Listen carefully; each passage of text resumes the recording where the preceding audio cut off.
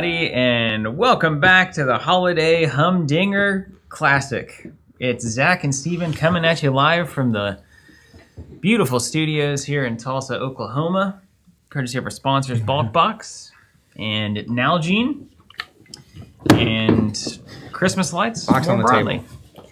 How's everybody doing? Look, I've officially started my transformation. He's becoming one with the Bulkbox. I'm slowly transforming into it. This is how strong the partnership is. Take note. Nalgene, what's going on, everybody? How are you? Should I send the Discord thing to everybody? If you sign like a ping, Should I add everybody? Makes me feel weird. I don't like doing it. I mean, I don't know. It's not. If when in doubt, don't tag everyone. That's don't my yell in the policy, hallway. you know. Yeah. So here's the schedule for today, real quick. We're gonna start with Alpha Clash. Good. Which is going to be, we have previews that were revealed at ClashCon. We have previews that we are revealing for the first time. I'll also talk a little bit about my experience at ClashCon. I saw some questions coming in about that. Then we're going to reveal our Fab promo coming with the upcoming set of Fab. And they're on again, off again, limited spots available. We definitely have a cap that we're like at, but then if people cancel their spots that open up. So, you know, timing is just unfortunate that now you see the promo. We're probably going to be out of stock when you see this. But if we're not, you can sign up. And until that next charge says TBA and it's a different set, it is this set. I saw someone in the Discord asking. It is this set. If they signed up now, would they get the Hunters? The timeline will tell you all. Yeah, and this is worth noting. Someone looks like Chris Gilbert. That's nice to see your name. This is our final stream of 2024. That's right. Next week's Christmas. The week after that's New Year's. Straight from Vegas, baby. That's right. And so anyways, that's the first half. Well, we'll see if it takes half.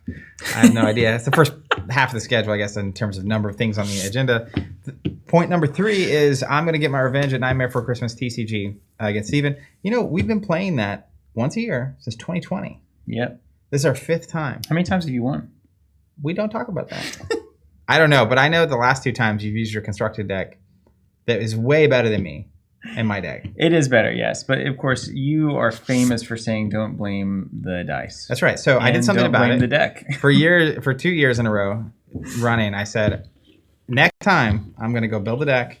I'm going to come back with an actual deck. I did that. So you're going to, this is going to be like a disaster then for me. Well, or I'm going to be really embarrassed. One of the two. So stay tuned. It just doesn't work. Yeah. What's the theme of the deck? If you had to guess what the theme of the deck, what do you think It's the Pumpkin King. The Jack, Flamin' Jack. It's not. The theme of the deck is winning. Is there a dragon? No. I did. So we'll get. Did you buy singles or did you buy more products? So I had boxes. Okay. And I definitely 2 nights ago was in my living room after Lily went to sleep. And I'm like cracking packs looking for cards. And I ran into cards I'd never seen. That was big. Cracking Nightmare Before Christmas. Oh yeah, I was just like jamming. But dipping, there's a Reaper character, like the Grim Reaper. Yeah. I hadn't seen before. I was like, I want to build a whole deck around this guy. I didn't. But the theme is winning, and it's an aggro deck, so we'll see. Is it Oogie Boogie? That's a good guess from the audience. Who is it then? I mean, those are the only characters, right? No. I would say the main character is the mayor. Okay. If there was a main character. Wow. Yeah. So I'm so excited. We're going to Halloween Town. Right. Anyways, then of course we'll finish out the year in the stream with Crokinole. Okay. A holiday classic, nice and easy, dexterity game for Steven to get frustrated at. Did you watch that? Did you watch that thing posted in our Discord about the championships? The going on? pros. Pretty cool. It's cool to see that someone can be that good at that. Yeah. Explicitly. Puck in the hole or whatever we call it. Yeah, it's almost like bowling. It's like who's going to not get a strike or spare first. Exactly. Yeah. And it's like, oh, and then the game begins. Yeah. It's like, oh, we only have 2 pucks left, and anyways. Which, I mean, from a game design perspective, is that actually... Should you just start the game at the game? Maybe we should just say, okay, we assume you guys can make it in the middle. Let's just start with the puck out and go. Well, it's kind of... You see this in sports a lot, too, I think, which is at a certain level. And you see this in even competitive games, like with Flesh and Blood or whatever, Alpha Clash. Like, once you get to a certain level... It's like 95% of the decisions. That's true. Are sort of like you have to know enough to make the 95 right every time. Yeah. To then get in these little pockets of the 5% that are where the game is really decided. But it was like the other 95, anyone that is really good at this probably would have made the same decision. Yeah, it's true. It feels the same where it's like, the first 7 frames. We all got strikes and spares, but 8th one, Steven dropped it. So now here's the thing. So anyways. It's probably the worst in bowling. It's not interactive at all. Yeah. But like in sports, like football, it's like who's going to make the mistake first? Someone say bowling is a sport. Don't get the bowlers league mad at us. Well, whatever you would call the sport where it's direct back and forth. Basketball, football, soccer. There's a school of thought that says it has to be that to be a sport. Like not even like running, cross country, track. That's not a sport. At least running though is like we're competing next to each other. Yeah, but it's not interactive. I mean, it's not until it is. Very. I mean, I've seen that Instagram clip of the favorite to win young lady who like trips and then comes back and wins. She tripped over a person. It is interactive. I guess there is a little bit of interactivity there. Hey, what's everybody doing for the holidays? Anyone got any plans? Here's what I want to know. My daughter turned 5 months old this week. Yeah. This is her first Christmas. My first Christmas with a child. Any holiday traditions with children that are meaningful to you? Maybe they're a family tradition, or maybe there's something you started. Particularly, obviously, if you have kids, or even just growing up, did you have anything with your parents that was really notable for you? I'd like to get into the viewing of the Christmas lights. I think that's cool. I remember loving that as a kid. We didn't do it very much, but like driving around. Yeah, driving or walking, where it's just like a neighborhood that has done it up well, or like a section of the city that has done it up well. Was there any of that in Chelsea? No. I was going to say, I don't there wasn't enough remember money in Chelsea for that. No, there was just strictly not. That's where we grew up, small town. Up by whenever we used to live. Remember, we used to live in like the what would you call it? To be fair, the lower income section of that old neighborhood we used to live in, and then you go up the hill, and then all the houses are like millions of dollars. In Tulsa. Yeah, when you 45th place, the old Covenant House. Covenant House. That's where we used to work from. I didn't want to call it a Covenant House because Covenant didn't really do it, but there were 4 people lived there that all happened to be involved in Covenant in some way. Split rent. And that was before we had an office or anything. So, anywho, before yes, like in your guys' backyard almost was like the section. One of the signs to me is: do you have not Christmas related? Do you have lights in your trees? Yeah, your trees lit because all their trees were lit. If your trees are lit, you know you're gonna have your Christmas lights in Christmas. And they did, man. Yeah. So like it was leaving the house and then walking for like 45 minutes in a big loop back there in the rich neighborhood, just like seeing all their lights was awesome. I remember super fun. I would come over because we opened 1.0 in March of 2012. And 2011 is when you guys moved in to Covenant that House. Institution. So I remember that holiday season. That was the Thanksgiving where me and Philip, the guy who was building our websites at the time, longtime friend, accidentally took the whole website down. Yes, that's right. And we had to rebuild it. I do remember coming over to that house during that time frame and going on a lot of walks. Yeah. It's very stressful. We did a ton of walks. We'd signed a lease for 1.0. You guys were living in that house. I took the website down, and it was like every day it's just like dollars going out and like, oh God, and then expenses racking up on 1.0. But one of my fondest memories actually of Christmas lights is that, like going on those walks at like dusk or evening time, and it's just like a nice like, okay, cool down, everything's all right. Here we are. Everything's all right as long as we're walking. I saw Jonathan's working remote today. I saw him popping comments. John, can you pop me some of those comments to answer the question? That's the question Steve and I asked. Droodles, Santa Mouse. Mom still does it for us, and we do it for our daughter. Santa Mouse. Okay, what does that mean? We don't know. Any idea? Oh, Tim Macon. We do a December Eve box to kick off the holiday season. Usually a book, movie, or game, and a Christmas pajamas. Oh, that's cool. Is it like the December 1st, like kind of the transition from November to December? I'm gonna guess the 1st or the 30th of November. That's pretty cool. This is sick. Tweak 87 fan gets a good old fashioned Halo party and Smash Brothers going. Now that's what I'm talking about. You're speaking my language right there. Man, went so hard on that stuff back then. Smash Bros and Halo. Yeah, everything. I'm not much of a video gamer. I'm not either. But not anymore. I definitely got down with Halo and Smash Bros. It was a different thing. It wasn't even a video game really. It was just an institution. Honestly though, like it reminds me a little bit of, I can't imagine if we had this when we were kids, but it reminds me of my nephews playing Fortnite. Are they in the same room though, or are they just doing it over the interwebs? A lot of times interwebs, but like I have my youngest 2 nephews, big into video games. and they actually were playing in the same room on separate. It reminded me of the LAN parties. Yes. The rest of the people weren't in the room. Yeah. But they were as zealous about that experience as I felt like. Cool. Like it was that same emotion. Mm-hmm. I think it's less good because I'm an old grumpy man now. No, you're not remember, old and grumpy. remember It's when we had because to we all were in the same room. To play with 5 people, you had to get 5 people. And you couldn't just queue up you were some like online coming system. over with a TD that it was not a flat panel. You know, you're like easy there, Grandpa. So you got to have 3 or 4 Xboxes show up, and then somehow Will and Brennan connect the cables to make it all work. There's always the 1 or 2 people that really just are like, okay, well, we can put this aux skip. Hey, did you see Steve Doob's comment? Hey, Zach, I have a lamp that needs to be lifted up off the table. Is there a box I can use for this? You know, I do have a suggestion. There's this very sturdy, durable, eco-friendly, all fully 100% recycled material box called Bulkbox. It's perfect for, as you can see back here, perfect for elevating a lamp. It also happens. No, you know, there's some other uses. Like if you want to be crazy about it, you could put like trading cards in there. You know, interesting. Like rows of cards. I don't have a lamp holder that can store cards. The versatility is unbearable. And actually, if you can't reach something on like a high shelf, you could just stack these bad boys up, and it's almost like a ladder. Oh man, Bulkbox available on the website. Holidays. As much of a joke as I was just making, I can't recommend it enough. Actually, yeah. I have a black Bulkbox sweatshirt that I was wearing at ClashCon, which I'll use to segue into the Alpha conversation.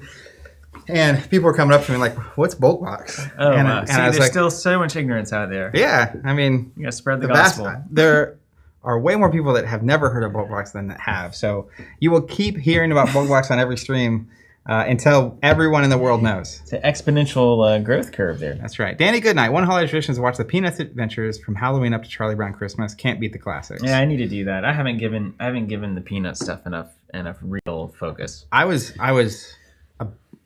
was a kid, I was a massive fan of Snoopy. Mm-hmm. But I didn't call him Snoopy. I called him Stupidity. Because I couldn't pronounce Snoopy for some reason. My family, of course, never let me live that one down. Ruthless.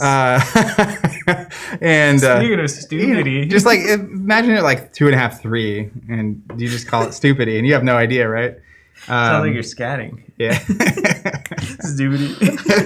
Yeah, that's what the kids do these days. Anywho, I love the Peanuts. I love Charlie Brown, of course, but I also really love Winnie the Pooh. Yeah.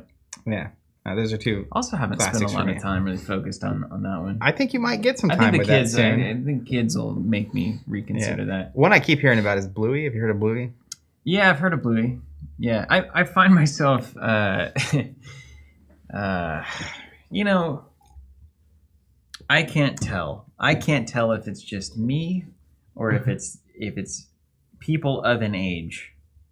If I'm more, or if getting this level right at this age, if the stream is pushing you one way and I'm just so willing to go with it and not fight it, or if like the stream's not actually pushing me and I'm like swimming towards curmudgeoniness. But I was in our pediatrician's office and I was watching the television that they had on there with the kids stuff on it. I can't imagine how that could be good for a child's brain. So high-pitched voices, Bluey? flashy stuff. No, Bluey, I don't think it was Bluey. Gotcha. But I'm just so skeptical of modern entertainment. Sita saying, Steven, you must watch Bluey. Someone also said Bluey changed their lives. Yeah, really? so Bluey may be one of the good ones. So everything I've heard skeptical. about Bluey is there's a lot of children's entertainment that for most adults is like very tiresome. Mm-hmm. And particularly because a lot of times younger kids like to watch the same thing. Yeah. Like knowing what's going to happen is actually part of the excitement for them. Mm-hmm. Like I had a friend who has a daughter and she loved Paw Patrol. Mm-hmm. And there's a particular movie that she, they were watching it daily. Yeah. It's like, this is the thing she wants to do is watch this thing. But Bluey is like actually enjoyable to the adults as well. Okay. That's what I've heard. Yeah. I haven't really engaged. Because like when I think of Mr. Rogers, Reading Rainbow, I think of these kinds of, even Sesame Street, these old shows. It's like, man, there was like space and like patience and quiet and time.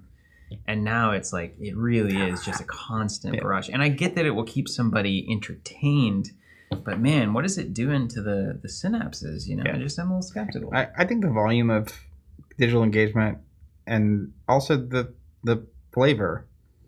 But I don't know. I watched Dragon Ball, and it's we were pretty well developed by then, though, You right? know. Where were you? and we 9, played 8? Halo forever. Yeah, stared But, into the. Like at 5, I was watching Power Rangers, That's true. which is like, and I'm not saying that was pretty intense. I'm not saying I'm the paragon of child development. You know what I mean? So that's either a warning or a path for you. But Power Rangers was like peak back then, and it was pretty flashy. At least Paragon at the of time. child development. Yeah, Put that on your profile. my Twitter bio. If you want your kids to be like this, have them watch Power Rangers when they're 5. Anywho, Shall we talk about Alpha Clash? What's going on? let's do. Okay, You tell me. Wait, we got some Bluey fans in the audience too, Yeah, so I'll have to catch up on that. it's Bluey is not. They're not fans. It's a religion. Chris Gilbert, Muppets Christmas Carol. That's a great one. Pat McCarthy, Bluey is top tier. Okay. And then Sita's saying there are shows that they don't let their daughter watch because of what I'm talking about. So that seems like Bluey is above the fray in that Yeah. way. It definitely hits. And one that I have a lot of nieces and nephews, so I've had a pretty and the oldest is like 17ish, the youngest is like 7 or 8. So there's been a good 17 years where there's like someone under 5 in our family. So you get all the get-togethers that happen. It's like at some point it's like, oh, we're gonna turn on whatever. But another one I actually really like, and it stems from Mr. Rogers, is Daniel Tiger. Yeah. Bluey to me reminds me of like it's the Daniel Tiger direction. Cool. Just from what I've gathered, and I haven't really watched it, but I've seen it being watched. Does that make sense? Yeah, that does make sense. Anywho, Alpha Clash. Let's get it kicked off, man. Okay. What can you tell me? How's ClashCon? ClashCon was awesome. I went to.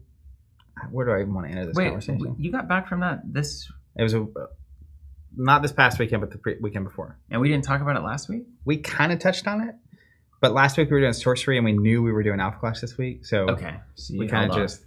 It's relevant because they kicked off. They previewed some stuff at ClashCon, but before talking about the previews and then leading to the new previews that we have, it's probably worth just talking about ClashCon, which is here we are now. All right. So ClashCon was in Charlotte, and it was in a hotel. It was a nice hotel, and I think there were like 120 people around the event. There were only 60. It was upper 60s playing in the tournament. Cool.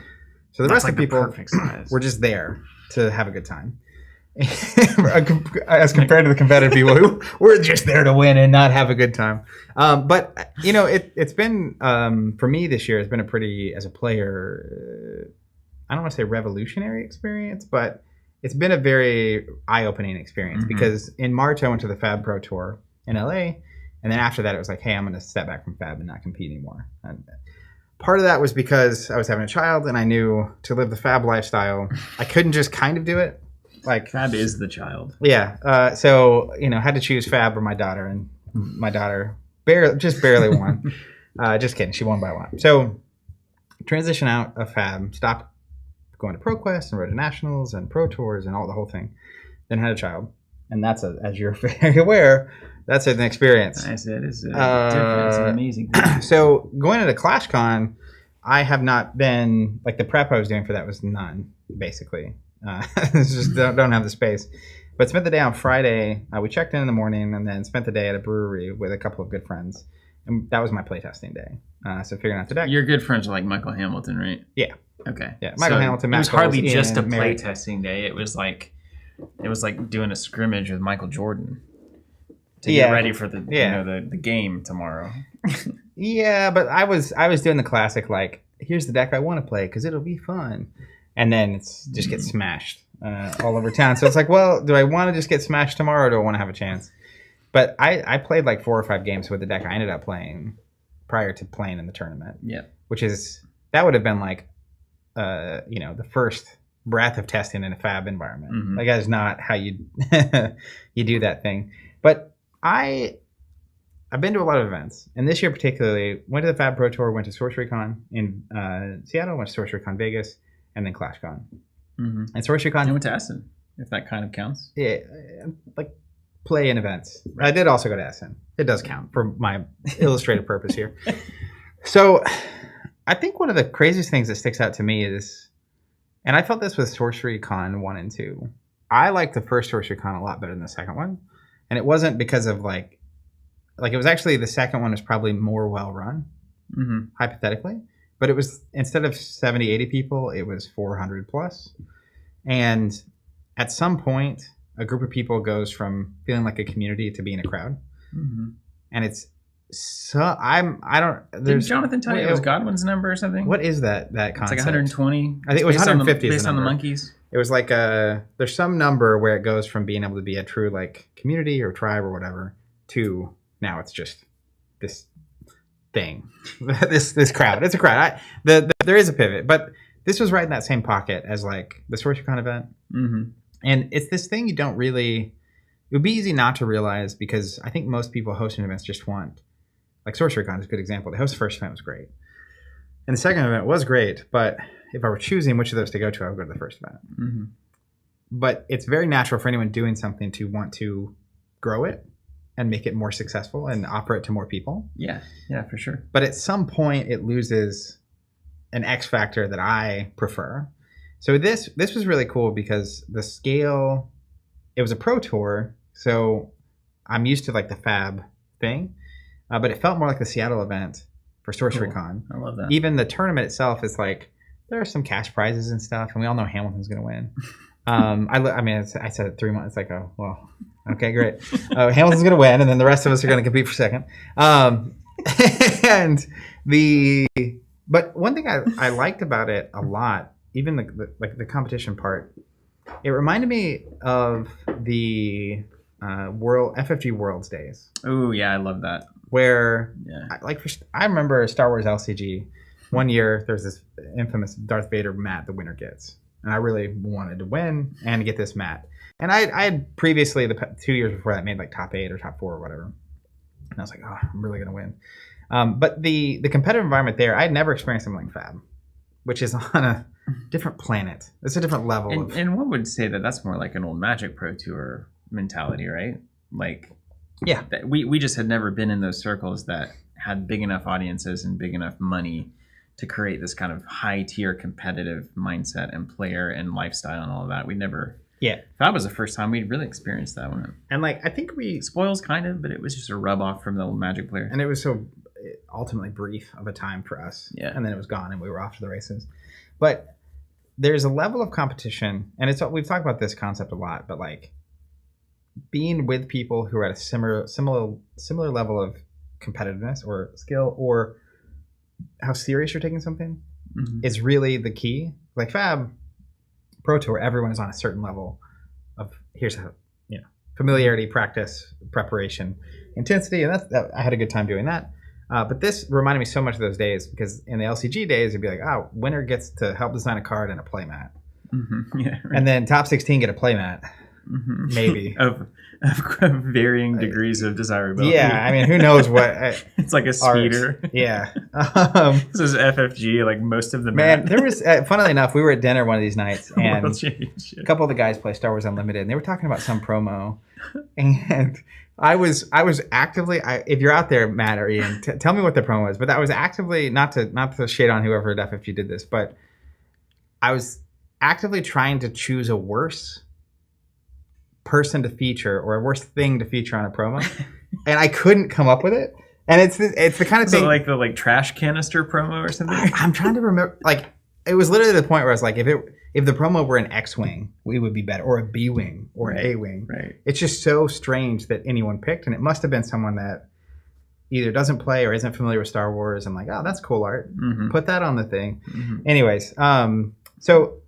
The point of that, though, is that at these FFG Worlds, there wasn't cash on the line, and so there was people were serious about it and wanted to win, but it was so much toned down because there's just less stakes, and some people took it really serious, but not like what I've seen with Fab. Like, it's a different land, and it reminded me a lot of that, which is really charming, because I think if I were choosing a competitive level, that's really it. That's like the ideal, isn't it? I want to compete.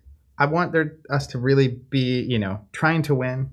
But also, at least for me in this part of my life, and I think just in general, I don't want to have to play 50 hours a week to be on that level. And that is cool for the people that want that level of engagement. But smaller event, spent the day Friday hanging out testing.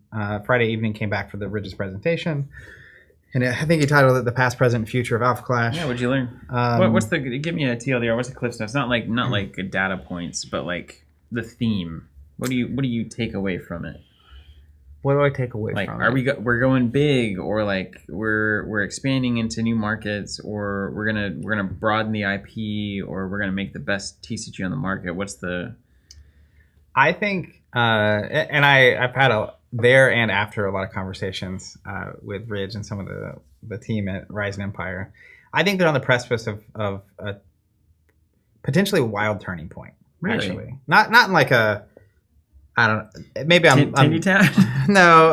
Can I pump it and dump it? No, none of that. But I think like even the event itself was very demonstrative. Like you had almost as many people showing up, not even playing the tournament. Yeah. Of who the game and the IP and the lore and everything you're doing is appealing to even now, and the people engaging in what they're saying about it and with it. So one of the big things they were talking about is they're apparently supposed to be announcing soon. There's a. Can we announce it? I don't think we can announce it. Well, I can. I'm going to say the thing he said. Okay. Publicly. Okay. Yeah. No. Okay. Don't say the thing they're going to announce soon. Now. It was really funny because, part of it he showed like a schedule for next year. So like January they've got the audiobook of the first novel coming. People are excited about that, and then the various sets and the stuff they're doing. But the big push is actually doing comic books. Cool. Which I think is on the money. And from the very beginning, Rising Empire has wanted to tell a story and create an IP and create a universe. And that's like a really perfect synergy with what they're doing. And so I'm very excited to see what they do. But what they announced is I think they've already signed or in the process of signing a pretty notable comic book writer. Cool. And they're going to do a series of comics. But they're also going to be releasing comics that essentially tell the story of the sets. Nice. And so they haven't announced a lot of the particulars and stuff, but I think it's a really cool play for them there, where it was what was occurring to me like, it's hard not to compare my experience there to Fab because you're at a pro tour, etc. But it was just really fun. The environment was fun. The way people were approaching it was fun. It's less intense than a lot of the themes in these games. Like it's heroes, and some of them are kind of goofy, and it's just like it's not comical in that sort of way, but it's just a lighter vibe. It sounds like, from what I can gather, and I've experienced this too. It's more of a shared love of like the fandom of Alpha Clash than it is about like trying to win at the tournament exclusively. Like it crossed into, it's a lot of people that love Alpha Clash for various reasons and the IP of Alpha Clash for various reasons all together. Like SorcererCon 2 is this too. Yeah. Artists were there, and people that were just interested in meeting the artists were there, and that were getting their cards signed and all of that. And they maybe didn't touch any of the events. Yeah. But that is one of the cool things about SorcererCon 2 that it sounds like ClashCon hit on too, is like, we're here because we love Alpha Clash, not because we are trying to be the best possible Alpha Clash player only. Yeah. Which is what a standard pro tour usually is. It's like there are people playing Fab that don't care about the IP of Fab at all. It's just the most competitive experience they can get. Well, and we talk about this a lot. Like when you talk about Fab, you're often talking about numbers. Whereas Sorcery, you're talking almost in like a storytelling thing. So similar here, where like I think the blend of story into any of this stuff is where they could really stand out. And part of it is that, as compared to something like Star Wars, you can't really introduce story elements to the game, the gameplay, or have those things interlaced because it's Star Wars. Yeah. Like you're just reacting to what Star Wars stuff is coming out. So, but yeah, it was just really nice. Like, Ridge got up and talked on Friday and was getting emotional just being there. And it's like, there's a moment, of course, first big event where everyone's coming together and it's like very successful, which is cool to see. And you just get to see the whole team. It's small enough that if you wanted to interact with Ridge, you could. Al was there as the author of the novel and like, all that kind of stuff. So it's just a good vibe. And even, Michael Hamilton probably, I can't speak for Magic, of course, but he's got to be one of the best card gamers of all time. Yeah, he's a Jeremy Zorn guy. But I mean, he's winning Fab Worlds. He's top-aided the recent Pro Tour, or he top-aided recent Worlds for Fab. Then wins the Pro Tour for... Is he still playing it a lot? Fab? Yeah. I'll let him speak about that. Really? But like he was as dedicated as everybody else. It seemed like there for a time, but I got the sense that he kind of just was like, I guess I'll compete at Fab sometimes and just win. I mean, I think I just love guys like they're infuriating to me. I love him, but they're infuriating. You love what? I love the guys like those brains, those people that it is are just so much better than you for reasons that you genuinely can never understand. Yeah, he just doesn't make mistakes. I was watching him so Michael Hamilton did win, side note. But I was watching him on Sunday. So Saturday was Swiss, and it was nice because it was just it's the right size of event. Because you played the Swiss, you were done at a reasonable time, and if you didn't make top 8, okay. Now you're just chilling. Yeah, go get a steak. So me, Ian, and Coles, of course, stayed out late drinking because we can. But then we came back the next morning to watch Michael Hamilton. And watching him, there's so many games where I'm just like, he would make 2 to 4 decisions I would not have made. They were 100% the right decision. He would lose the game if he didn't. And in like so many of his games. Wow. It's I got to see. Okay. I want to hear what his brain's saying. Yeah, maybe we should. Let's hook him up. Let's hook him up to Hamilton a monitor or something. On this. Yeah, the whole time. Get a brain talk scan. But even because there's not every 2 weeks a major event with tons of stuff on the line. Even someone like Hamilton, who's maybe the best card gamer right now in card games, is only going to spend so much time trying to do this thing.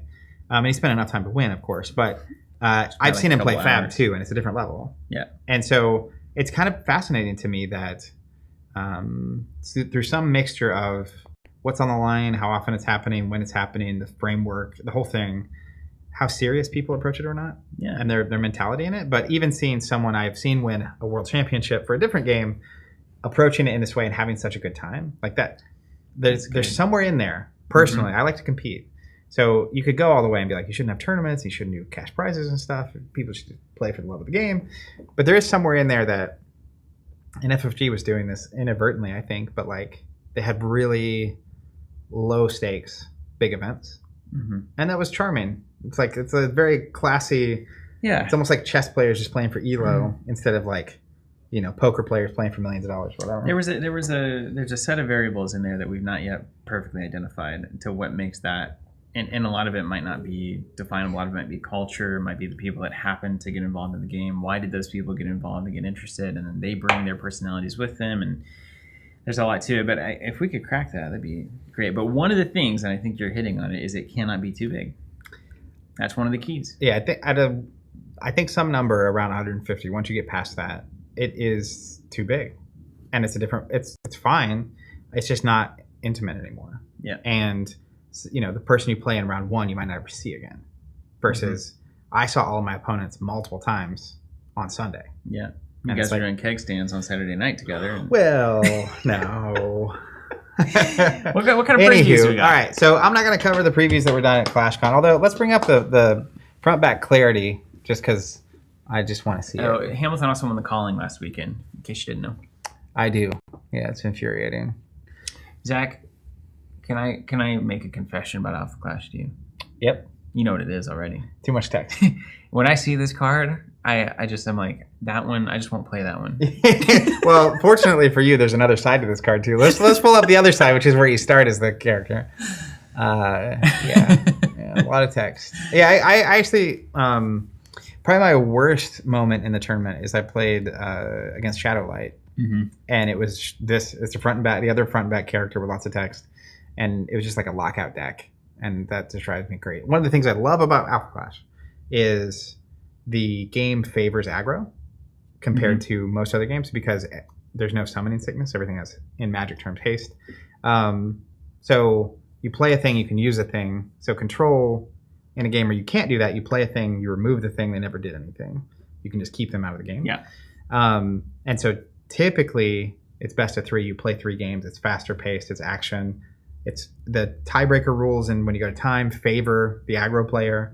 But anyways, it was a brick of text like this, and then a bunch of cards that have a brick of text. And you had to try to figure it out on the fly. Yeah, but it's tough. Can you bring that up, John? Coming from Sorcery, where they're willing to leave a lot to be defined.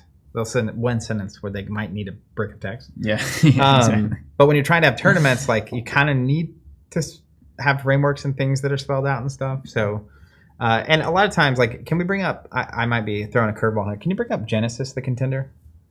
This is who I played, the Genesis contender. That's what I was playing at the Pro Tour. Danny Goodnight, meantime, saying making comic books about the card sets is a great move. Reminds me of a reverse situation of City of Heroes TCG. Jonathan cannot pull up that. Okay. That so I agree. Like, I think there's a lot there because if you can create a successful comic book that there's also a card game about, and particularly we've seen the comic book card art used. Mm-hmm. There's some synergy there, but then also, like, in my mind, if those things are impacting each other or affecting, is where there's some really cool, almost L5R style stuff. Yeah, anywho, so, like, a lot of times this text, though, like in all card games, like with Genesis, he has more text, but it's basically you can play things from your resource center. Right. Which I can say in the one sentence. So you did play that one, the one that we thought was busted. Yeah. And it turns out he won both Pro Tours. It's fun being right, isn't it? It is so fun being right. Might not be the one to win, but knowing that it's the winning deck is worth something. Let me just get my accolades in here real quick. So we played those for the preview session. We played some games, and I was like, I think Genesis is busted. And I posted in our Wolfpack Discord, our little testing team for Alpha Clash. I think Genesis is busted. Hamilton was like, Then he tested it for one day, and he came back, and he's like, I think maybe you were right. I think maybe he is busted. So you're the reason. Definitely. Yeah. And then another thing I did. Like I said, here we go. No, another thing I did, I think this was actually net negative. So I'm balancing the scales here. So, coming off of Friday's testing session at ClashCon where I had my robust 5 or 6 games on the deck, me and Ian at like 10:30 p.m. are playing a single mirror match. Because it's just, I never played the mirror because we were testing against other things to like figure it out. And I was like, all right, well, let's do a mirror. And at about midnight, at like 11:30, Hamilton texted the group like, hey, I'm going to bed, etc. Final notes on the list here. And then at midnight, I texted and I was like, in the mirror, if A is true and like I won a game that I felt like I had no chance of winning against Ian in that mirror, maybe we should do this. And if we think Genesis is going to be popular, let's main deck for Genesis and then sideboard into the other stuff. And it had been the other. It's like we're main decking to be good into everything. Mm-hmm. It's like I would rather just get the points into Genesis because I think he's that good. Anyway, so we were all changing our deck at midnight. And then Hamilton jumps back in. He's like, I was trying to go to bed. So I prompted the team to make changes. Whether or not they were good. Did Hamilton face Genesis in the top 8? Yeah. So it must have been good, right? Well, I don't know if the change. None of us made the same changes. Oh, great. Good job, team. So we were just, like I said, introducing a little chaos late in the testing process. Anywho, let's get to the actual previews. Said that for an hour. It was I'll say this. I had a lot of fun. And the vibe was really good. And I think the people who are attracted to Alpha Clash currently and the level of competitiveness create a really cool vibe. Yeah, and I like events of that size. Great. So, and I feel like the Alpha Clash team is really kind of hitting a groove, and they've never done this before, right? Like any of this. They're already gone longer than 99% of TCG manufacturers. Yeah, they're doing some work. So I think they're just evolving, and that's one of the things very early on. Like I was really impressed with Ridge, and had a lot of faith in his ability to lead a team and figure it out. Right. I had faith in his ability to not give up. He will. I think he'll die before he gives up. Actually, yeah. And that's admirable. That was another cool thing about it is like just the at a certain level, Fab was just like super successful. So a very different vibe. This is very much an indie community of, slow growing a band of people that are just like making this thing happen and like really pushing it. So that's cool to see. Okay, what's our first card? First card is Subway Car. Subway Car. Wow, starting off with the bangers. Yeah, hey, I'm just reading them as I get them. 2 cost black, great 1 art, threshold. though. Hold on a second. Yeah, get in there. What is that? Somebody is in the subway car with mutants. Yeah, those are probably discarded. They got to be discarded. So this is the Clash Crown. New York Earth. We haven't seen a lot of play off of those specific locations. Can't read the card. Or Brent saying the holiday streams are the best. Crokinole now for Chris. Okay. You got it on your computer if you need it. Trigger enter. You may search your deck for a weapon without Unrivaled with an initial resource cost of 1 or less and reveal it, shuffle your deck, then add it to your hand. So you go get a weapon that costs 1 or less. Unrivaled is you can only have 1 unrivaled card in your whole deck. Yeah. So you can't say, yeah, good job. The implication here is that there will be an unraveled weapon, which we haven't seen. Well, even if there's not, just you future brief it, right? You can't go search for your one of. Like, come on, now we're just playing Subway. This is kind of a good example of that. Looks like a lot more text than what if I was Englishly telling you about it. Like, search your deck for a 1 cost that's not unrivaled. Yeah. But they're like, you have to add in, you know. See, Yu-Gi-Oh players would look at this and they wouldn't even. They'd be like, "Is this even a card?" Well, Yu-Gi-Oh would be like, "Where is the text? I can't see it." That's right. There's art on these things, anyways. I'm making a joke about Yu-Gi-Oh. I haven't seen a Yu-Gi-Oh card in decades. And then we played like years ago, a couple years ago. A decade. Like I said, I haven't seen one in decades. Alpha Hunter cards with a weapon attached get +1 defense or 1 health. Yeah. So they're committing deadly sin number 2 for me in card games. You were talking about the text on the hero. These like floating stats. Yeah. But because Alpha Clash, they can get away with it a little bit. It's in the same way that Sorcery can get away with it in the not expounding on a lot of things. Yeah. Because the games favor aggro and they're so fast that the amount of tracking you're actually doing, and like the curve goes from 0 resources up. It's rare. Like Lord of the Rings TCG had this in spades. All your elves get +1. All this gets done. But this is there's a single Clash Ground. Clash Grounds are like big universal effects. You're just kind of looking for it, and it's in the middle of the table. And so they're on the line. I've seen it seems like an Alpha Clash from watching even like the high level play, if you will. It's very much a call and response kind of game. You play the threat, they answer it, you answer it, they answer it, you answer it, and things are getting off the table all of the time. Yeah. So it's not like you build this massive board of 80 things that have these modified stats. No. It's like 1 or 2 things you keep track of. Well, and probably the best card in the deck we were playing, I won't say best. One of the most important cards was Shocking Revelation, which is a 6 cost board clear. Partially to not allow that board state to exist. Yeah. So it's out of blue, which traditionally didn't have a lot of removal in that kind of way. And so if you don't, then you just let boards get out of control. But I'm always looking to play decks that don't let that happen. Yeah. I do not. Yeah, nobody wants to. I don't want the 18 dudes on the board situation. Anywho, also, one thing about this next set that's coming up is there are no alphas in the set. So no traditional heroes. It's all Alpha Hunters, or like there's Alpha Aster, which they showed. I think we can show him. He's like the big baddie. Thanos kind of character. Whoa. But cool design. He's a different type. So again, all that text, but basically for each color in the game, there's a thing that's happening. Inter effect. Yeah, and he's probably just going to play 2 colors, I would guess.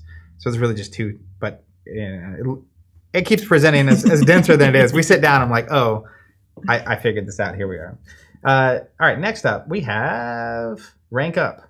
Rank Up. Derek, do you have you said the Art of My Spoiler card is also great. Is Derek doing a reveal? I think so, yeah. He's got a YouTube channel. I was talking with him. Heck yeah. I have to share it with him. All right, Rank 90. Up. 1 cost, 1 threshold. And it says you may, just buying time, you may, so for the comments from YouTube are showing up on the screen, I can see here on top of the card that I'm trying to read in case you're curious what's going on there. You may only play this card if your contender is an Alpha Hunter.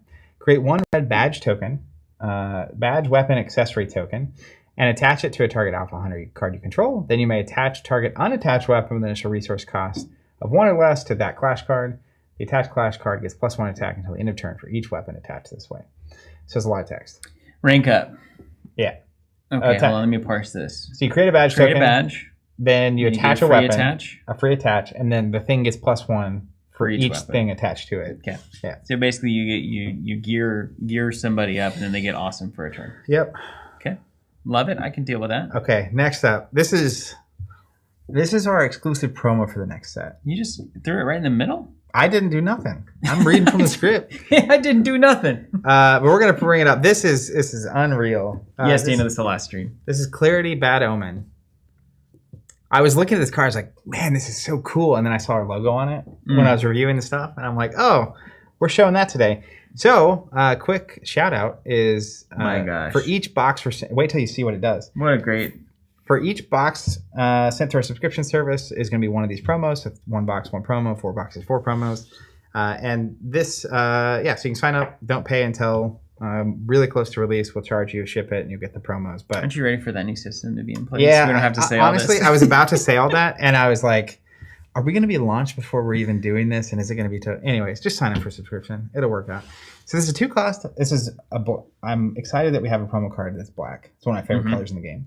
2 cost. Looks like 2 threshold. What are your favorite colors? Some would say period. Universally. Yeah. It's exclusive, which means you can only have one of this card in play. Okay. It's 2/3 stat line. So 2 for a 2/3 is already pretty good. Yeah, you're already there. Yeah, and you can only have one in play. You can imagine where we're going to go from here. If an effect an opponent controls would have them draw a card outside of the draw step, that player may only draw that card if they engage one resource of any color. Brutal.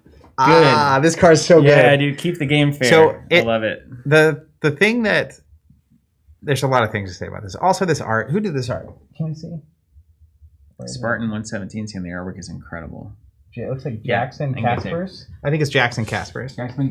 Casper. Casper Z. This art is so killer. It's so good. But it's 2 cost, 2 threshold. So to play this on the 2 build up, you have to play 2 blacks first. 2 blacks, yeah. That's a big commitment. Mm-hmm. That means you're probably going to be like 60-70% black deck. Yep. Is where this is going to exist. And the ability doesn't do anything if your opponent's not playing draw effects. But it makes you feel safe. It's also a card game. So drawing cards is like the best thing you can do. Let me spoil something for you. People play card draw effects, period. So this is a killer card. Yeah, that's a good one. Through and through. And Clarity's one of the best characters in the IP. And the art? Ooh. 2 for a 2/3. So, like it before. Yeah. They had for playing in the Pro Tour, for being at the event, it's a Genesis playmat that it's so cool. So they knew Genesis was good. And then the promo was Alt Art Genesis with the ClashCon logo stamped in it. Probably the best. Well, outside of some of our promos have been unbelievable. It's one of the best looking cards they've done. And then they also had a Victory Peak card, which is one of the key cards that was in our deck. It was just full art, and like the foiling and texturing and the way they were doing that. And Ridge was saying in the presentation, those 2 are more like how future foiling and promo is going to go. Nice. They've continued evolving that over time. Just so good. So I'm curious what kind of foiling this is ultimately going to be, because the background there, you could do a lot of things. I mean, the background purple there is that perfect. would be sick. Yeah, it's built for it. Yeah, it's so good. Anyways, that card's good. That card's very good. I'm sure Hamilton's already built a deck. All right, let's get this. Oh, that's chunky. Yeah, but I think you're gonna like this actually. Clarity's Warhammer. It reminds me of the Craghammer.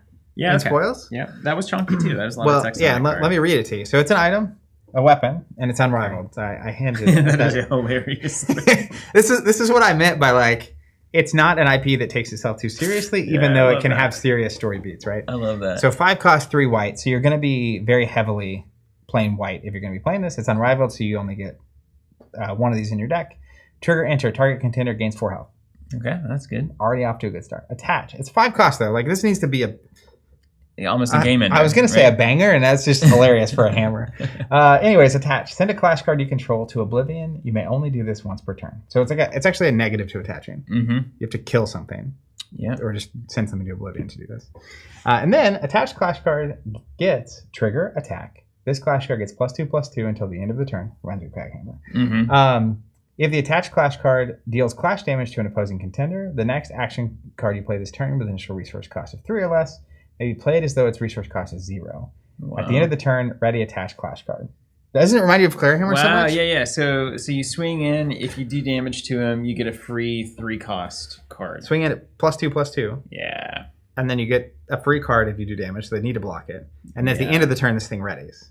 Yeah. So then it's really hard to attack it. And then this card can only be attacked or attached to a, what is the name of that icon? Is it Rogue? Rogue. Rogue. Yeah, with the compass. Clash card. If this card enters Oblivion from any area, shuffle it back into your deck. Okay. So cool. A lot of text, but as an example, like if it enters Oblivion from anywhere, an item like this, if a character goes away, would just go back to your zone. So you'd have to be running something that would send this to Oblivion. Yeah. For that piece of text to even mean anything. Right on. And there's just all. So you just can't get rid of it. You just can't get rid of it. I mean, it goes back in the deck, and then you play the Clash ground that lets you. The one we saw, you couldn't get this though. Yeah, exactly. That's for a good reason. Yeah. Right. Testers. Now we know why. We're onto this. All right, let's get up Avarice. This looks like something that you're going to be into. Is it because it's a dragon? Avarice the iridescent? Yeah. So yeah, that's why. important to note, they're doing set like I think it's a 3-set block where it's set hundreds of thousands of years before the primary storyline. Mm. And we've seen like Clarity in the story is a very old character, ancient character. You have Genesis, you have these very ancient as part of the IP and the lore. So the setting is a little different in this next block, which is always a part of the plan. Okay. Forecast. So this would be like the Silmarillion days compared to Lord of the Rings proper as we know it. It would almost be like, yeah, I think that checks out. You don't. I'm sorry. I've read. It's just I don't know what time frame those are set in, so it's hard to say. I think it's quite a bit earlier in history. My best comparable would be like this is the Old Republic compared to Star Wars movies, where it's like a different time frame and so on. 4 cost, 3 green threshold exclusive, so you can only have 1 in play. It's a 3/4. Trigger enter if your opponent controls more accessories than you. Gain control of a target accessory you don't control until this card leaves play. Wait, say that again. If your opponent has more accessories than you, can gain control of one of their accessories until this leaves play. During your during your primary phase, you may pay 2 green and send target accessory you control to oblivion. If you do, target clash card you can gets +2 attack and breakthrough until the end of the turn. So you can steal their stuff and then kill it to get breakthrough. Yeah, you got it. Wow. That's the dream. So this is like an anti-accessory attachment card. Love it. Yeah, I do. I love that card. It's also, I don't know the name of the icon. Alpha Astra has the same. This is like the ancient alpha symbol. Are we getting all the like deadly sins? I don't know. Is avarice a deadly sin? I guess it's greed. Well, we have the 4 horsemen, of course. Oh, well, maybe we will then. So they could definitely go that direction. Let's see. Gamer in the Wardrobe just got caught up. These spoilers are all bangers. Yeah, they really are. And then our final. This is the most important spoiler. Let's look it up on the deadly sins. Progenitor is the symbol. Okay, yeah. Gluttony, fornication, greed. So avarice would be greed. Sadness, wrath. Which makes sense because you're stealing items. Dejection, boasting, pride. They changed fornication to lust. That's probably a good marketing move. It's a little softer of the same thing, you know. Whoa, fornication. Whoa. This is the last reveal. This is Badge. Ooh, I love that art. I can tell from now that I'm going to love this art. This is just an alt art, actually, of a token, which is funny. I've been rewatching Batman the Animated Series, by the way. What prompted this? I freaking thought about the show again, and I was like, that was the greatest thing ever. How is it? How's it holding up? It's better. Yeah. It's better than you thought it was. Yeah. And you remember, it's better than that somehow. Yeah, I makes sense, because I was rewatching X-Men for X-Men 97. Mm-hmm. First episode hits, and I'm like, they're dealing with topics that I had no idea were going on. Yeah. It's like, oh, this is an allegory for real life. I see. Badge is a token. This is Paul, right? Can you pop the Paul card? This is a character people love in the novel. He's almost like the Alfred character. Oh, got it. Yeah. And he's got a whole thing going. So he got the 1 defense. The main thing he's got here, let me find it. Is that the bubble? What's that bubble text? Is that a 0? It's just a 0. The grid line. Oh, yeah. Weird. So he's got a trigger obstruct. So when you block. That tracks. Reveal the top card of your deck. If it's a non-trap accessory, prevent the next 2 damage that would be dealt to your contender this turn. Oh, cool. Otherwise, prevent the next 1 damage that would be dealt to this contender this turn. So you can, when you block, he blocks 1. He's going to auto prevent 1 more, and he might prevent 3. So kind of defensive. Game doesn't favor him. But then it's got this really key line of text. Then draw that card. So keeps drawing accessories. My litmus test on the quality of a contender, if you want to be competitive at this game, is does the contender say anywhere draw a card? But this is a good example of the promo card. Yeah, Clarity. It's like this is but that's what I said. Like on the one hand, you're like, do they even have card draw on their thing? Most contenders that are very good have the word card draw on the thing. So it's a heater. But yeah, people were so excited about this, and this was very revealing to me because. How do I anonymize this? I can't. I won't tell that story. It was revealing to me because people that I would not expect to care about anything but winning, and it's not Hamilton specifically. Side note, like they're revealing this, and they're like super amped just to have Paul in the game. Okay, great. And it's like, so there is some energy here that is different than what I felt, and it's like almost the L5R direction. Mm-hmm. Oh, So I see. If they lean into somehow this blend of story and comics and the cards and stuff, I think that is something they could do that's really unique. Okay. So we'll see. Anyways, yeah, that is good. We've got enough exposure to these characters over the sets now, where I'm sure there's some connections starting to happen. Of like, there's a pretty small cast really of like main players of the Heat. So there's the previews for the next set. Again, bring up that clear. I just want to see the promo one more time. Also, because they're doing the border and the logo, like the logo's in gold, black and gold is just a tale as old as time. That's gonna look. I'm gonna be very happy about that card. Jim Van Fleet. What is my dad doing in Alpha Clash? Oh, Paul. Yeah, that's so good. All right. Well, cheers to everybody over at Rising Empire. It sounds like it was a great event, great ClashCon. Looks like a great set coming up. They got a pipeline of products. They're expanding and pushing their comic book. I know they've got the board game coming back up on GameFound at some point here. Quick. Kickstarter specifically. Are they doing Kickstarter now? Yeah, I think it was part of it. They have a board game and like all the rest of the comic book they've done, the novel, the game was all Kickstarter. Yeah. And so things weren't going on GameFound how they wanted. Yeah. So they were like, we're just going to pivot. Audience is important, man. Yeah. It really is. But yeah, it was a great time. Good shout out to the Rising Empire team and all the volunteers who were part of that experience. I had a great time. Really fun event. I think Gamer in the Wardrobe says it best. I'm hoping Alpha Clash can build us a new, unique, fun superhero universe that isn't Disney or Marvel, etc. Listen, I couldn't agree more. We've all seen it. I think we're all tired of this hyper slushy thing that happens with these big megacorps making everything bad.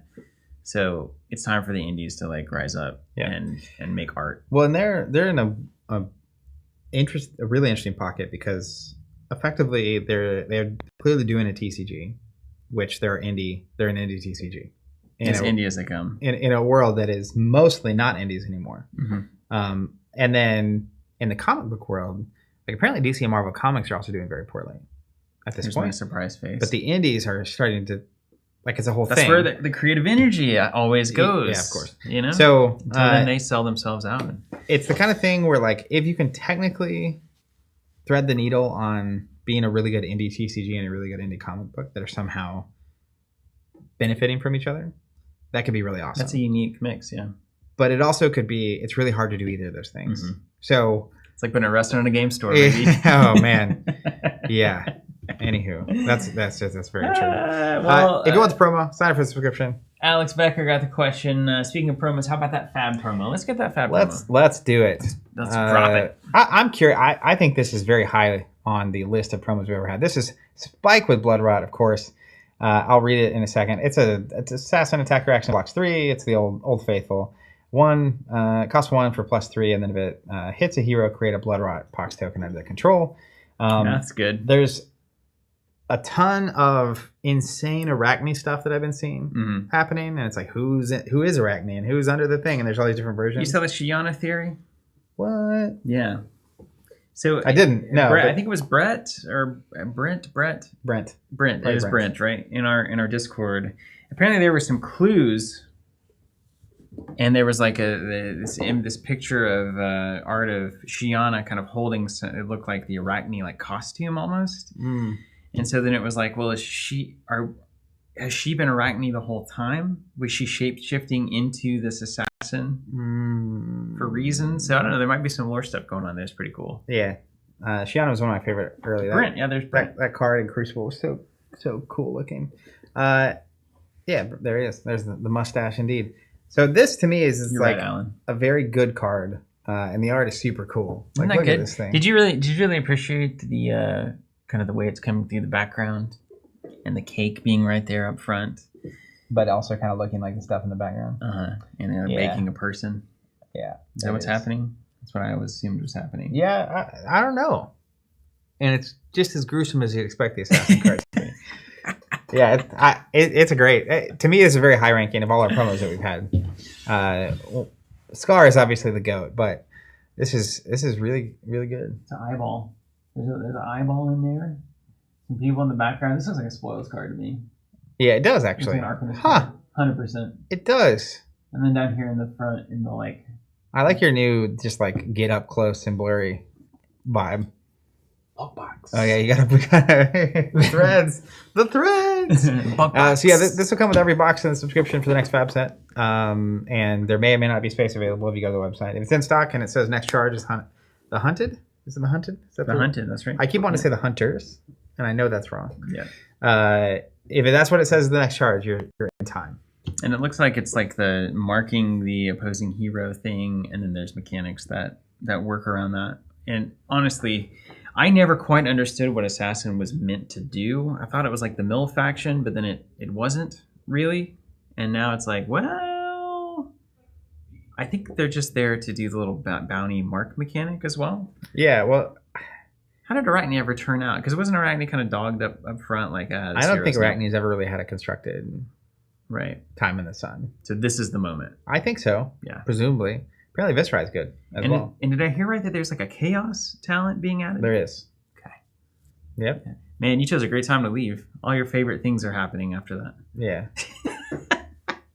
Runeblade stuff, chaos stuff. I mean, you got a lot of chaos energy in you. You would like that. I do. I weirdly do.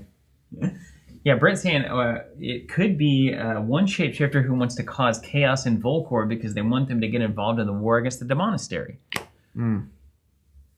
Classic. Fab lore. Yeah. Danny Goodnight asking, did you see the Brody Spurlock card? I did. It's called Spur Locked. Really? Yeah. And it's got Brody on it. It's hilarious. He won, I think it was a celebrational. Oh, really? And down in New Zealand? Yeah. There was something he won where it was like you get to help design a card. Nice. Or suggest ideas for a card. And he did. Man, what a great story for him. Yeah. That's going to be a lifelong Brody is such a great person. I wish seeing him on the card like that's so cool. He's honestly living in a lot of ways. I think he's living the dream. Mm-hmm. So got out of high school, is just playing Fab professionally and cruising the world, and he's good enough at it that makes sense somehow.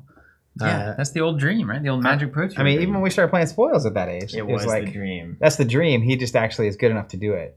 And there's enough events that actually end up paying cash to make it make sense. Rip Spoils. Alex said I need to look at this Provoke card. Okay, so this is Zach. This is the. I type in Provoke Fab TCG and I get insane in all caps and everything. You know, it's just the internet. I'm just so tired of the internet. I just am.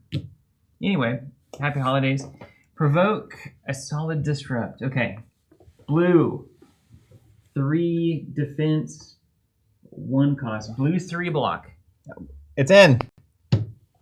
If you're attacking with a weapon, this chain link. If you are attacking with a weapon, this chain link. The defending hero reveals a card from their hand. If it's an action card, add it to this chain link as a defending card. Otherwise, they discard it. So you're attacking, what does it cost? 1? You pay, let's say I pitch a blue, I pay 2 to swing whatever I want to swing, or 1 to swing whatever I want to swing. And then they say no blocks. And then I say react, provoke, they reveal a card. If it's an action card, they're now blocking with it. If it's not an action card, it's gone. Discarded? That's good. So that would be card for card on the exchange. But it's different.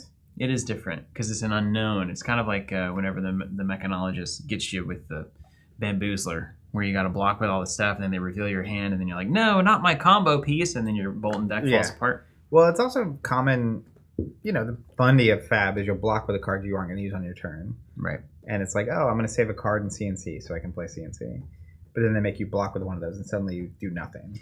I mean, it's dawning on me that this card is very good. It is super. It's a blue 3 block that is a great reaction. I'm just thinking. I always felt like my warrior decks were great at grinding, but they would lose whenever my opponent kept their 5-card hand and did something like actually good. So if I could keep you from doing a good thing, I have like a really good Mount Heroic turn or whatever, and I can just force you to play 3 and 4-card hands the whole game. I feel like I can win. Yeah. And in the meantime, Hatchets is crushing that. It's a blue 3 block, so you can either block with it or pitch it for late game shenanigans. And then it also would turn on Reprise because they're blocking from hand. Yeah. which is a huge keyword that is pretty relevant. So, you know what's funny? Back when I was really studying that out, Reprise was like an underwhelming mechanic. It was like only on the Stroke of Foresight where you could look at the next thing, and then a couple other ones. And then otherwise, it was not actually as tied to Reprise as I thought it was. It was if your opponent's anyway. I haven't played in so long. It's not worth like seriously in so long. It's not worth me giving any kind of detailed commentary. Yeah. But that seems like a very great card. So Alex is right to. It's sort of like my heuristic of in Alpha Clash. Does it say draw a card on the contender? Yeah. It's like, does it block 3? Blue 3 block. And is it blue? We're halfway home. You need about 21 of those in most decks. 18 to 21. Yeah. Blue 3 blocks. Yeah, love it. Makes the world go round. All right. There you have it. We've done a spoiler. 7 novels. What's up? Jonathan said he had comments for us to see. So 7 novels to start there. What's up, fellas? Hope you're well. I have Warlord, Lust, and Hype. To the best of your knowledge, still on track for January, February. Last I heard is Q1. I don't know. I mean, here's the thing, though. You gotta really be honest about this. If you haven't heard something in a while, it's probably getting delayed. I haven't talked to Woodrow in a long bit, but I mean, look at what happened to Andrew, right? It's the same thing. It's like the same thing happened with sorcery, ultimately. And I think the first set in these kind of scenarios is always the big one, X factor, because you've never done this before. And so I wouldn't be surprised if it was delayed, but I don't have confirmation of that. So we can ask Woodrow in the Discord. Hey, Woodrow, is your stuff delayed? See what he says. Yes, no, maybe. Or actually, it's yes, no, or I don't recall if you're being deposed. Eric, popping in without any idea about Alpha Clash, but I appreciate your content, Netrunner player here. Do you have any behind-the-scenes content? I'd love to see your recording space. We don't. Really. Do you not do anything with this space? I don't think we've recorded content about it. No, we haven't done that. We've barely done the content we actually want to do. We don't have time for the extraneous stuff quite yet. Yeah, we're not quite there yet. I mean, the long and short of it is the microphones are here. The lights are all hanging from the ceiling, right above the camera. There's a lamp on the Bulkbox. These are windows that are in front of windows. Let me. There's a. What do I want to? How do I want to say this? That was like the text RPG version of the tour video. You might. Yeah. The what are the text RPGs called? Muds. I'm glad you know that. Yeah. I'm surprised you know that, actually. How do you know that? I'm getting old, man. I've been around. Now, Will used to play Muds. That was I had a good friend in high school, Will, whose mom called me and another one of his friends to come over and try to get him outside. Seriously. It's like, hey, can you just come try to convince him to leave the house? Because he had put a recliner up to the computer desk and was just mudding. That's what he did on summer break. Anywho. Just leaning back. Oh, yeah. We got in. It's the living room was just dark besides his glowing screen. And he's in a recliner up to the desk. And he's just doing this. Yeah. We failed. We did not get him out of the house. Hope you're doing well with David and Will. All right. What was the comment? John, you've popped it a few times, and I'm engrossed in conversation with Steven to acknowledge the comment. We're having a good time. Multi-user dungeon is what that means, by the way. So there's other people, multi-users, in a dungeon together. Yeah, dude, it's the original World of Warcraft, baby. I would have gotten so into this if I had known about them. Noah saying, curious what the guys' feelings are on Fab and if they're just taking a break or done with the game for reasons. I took a break because I had a child. But also, Fab is just... it's a game I know myself enough to know that I can't casually do it. I don't think you can even really casually play Fab. You can't casually play Flesh and Blood. It's an impossibility. So... between just my tendencies and even just knowing the Wolfpack existed, it's just really not. And another thing I've found since hopping off the horse, I guess, is realizing the time and energy you're putting into something and how now it just almost seems impossible to engage in any fashion.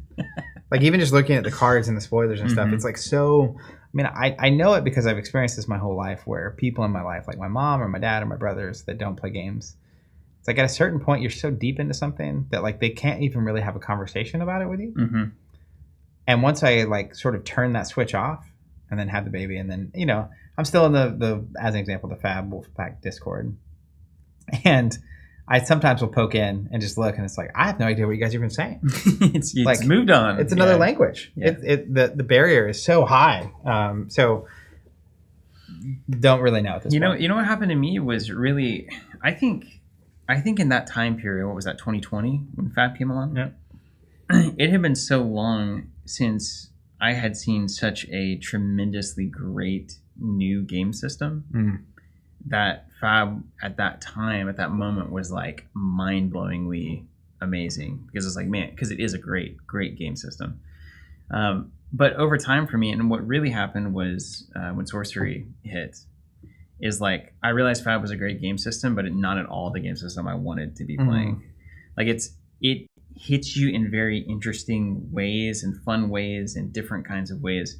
But at the end of the day, like I was looking to play like cool creatures and themed decks, and I wanted to play water stuff. And when when Sorcery dropped and it was like you can play these like turtles and flood the board, I was like, well, narrative, emergent, kind of I like the storytelling emergent stuff. That's always what I had liked about our earlier TCG experiences. And so I was into Fab for a while because it was so good, but it wasn't what I actually wanted out of a trading card game. And I think you, just strictly as a player, were drifting even well before I was taking a break. For a lot of reasons. And when Fab was first coming out, as an example, it was pandemic. It was just us, and it captured very well the feeling of what it was like to get into a card game when we were kids. 100%, man. Because we were getting into it together. We didn't really have anyone else to play against. Yeah. And we were working out of the same kind of very restricted, slow build. Remember all those blitz streams we were doing? Yes. And critically, nobody had solved anything yet. Right. So like the internet wasn't full of here's how to play Fab and deck builds and all of this. I think that we were talking about this at ClashCon actually, which is interesting because I think Fab is. There's a lot of games that are in the category of like Magic, and Alpha Clash is one of those. Like if I had to one sentence describe Alpha Clash game system, is like this is better Magic. Magic with Dragon Ball Super, which we didn't really play, but apparently it's very much that. But it's like if you played that game, you'll play everything has haste, and every card can be a resource, so you don't get mana screwed, and like that basically take your opponent to zero. A different IP. There's more going on to that, but ultimately that's in that same lane. Whereas it's rare you see a really good. That's I think part of what made the LCGs like Netrunner. It's not just resources, building creatures, having a board, doing the same thing. It's a totally different thing. So Fab is a totally different thing, and it's one of the best games I've ever played. But I do think the seriousness and the intensity of the game and the number of people playing leads to a scenario where things get solved or they're close, and then the game almost becomes more like chess very quickly, which is it's less about exploration and figuring something out and doing something, and more about solving the equation, getting good at that equation. Study the lines. Go play the tournament, new set comes out, solve the equation, and there's enough big events going on that the equation is kind of always getting solved, like in a big way. Whereas Alpha Clash, funniest story, Hamilton won, but I think it was round 4 or 5. We had a card in our deck that has text basically. It's like if you have more than 5 health less than your opponent, A happens. Period. And then it says, then draw a card. And this is when it enters play. Well, in Alpha Clash, then doesn't require the previous thing to be true. So mid-tournament, it's like, oh, this card just draws a card every turn. And like most of the time, you're not down by 5 in this game. Yeah. Like that's not typical. So it's like unplayable unless you realize. And then one of my favorite things, this is the best story. So I was in the airport with Ian, who I'd flown with, and then another guy we know, Mo Bogsley, and he's not a Fab player. I was telling him the story of in the finals, I walked up to Ian to tell Ian something, which is there's a line of text on our contender that is when you play a Genesis from your resource stone, you can activate the portal. And I didn't know that until like round 5 of the tournament. Because my opponent was like, hey, you want to activate the portal? I was like, what? Like, what? I was like, I don't have the resource for that. He's like, no, you played a Genesis. I was like, and it's relevant. But that he would even say that tells you that culture is different. Yes, but that's how like unexplored the game is. It's like, and so when I'm telling Ian, watching Hamilton play the finals, Ian's like, what? He gets his phone out to look it up, and it's like, there it is. It's right there on the card. I'm telling Mo, who also played Genesis in the tournament and made top 4. Yeah, wow. In the airport, I'm telling him the story because I'm like, oh, he's gonna think it's so funny, Ian. And Mo's like, it says what? So, anyways, that kind of stuff, like it's not that Alpha Clash is unsolvable, but this is the first big event that's happened for Alpha Clash in like 3 months, and there's been a new set that came out since then, and so like it just hasn't been solved. Yeah. So it's like there's a Wild West feel. Anyways, so Fab very much became, and it didn't start that way.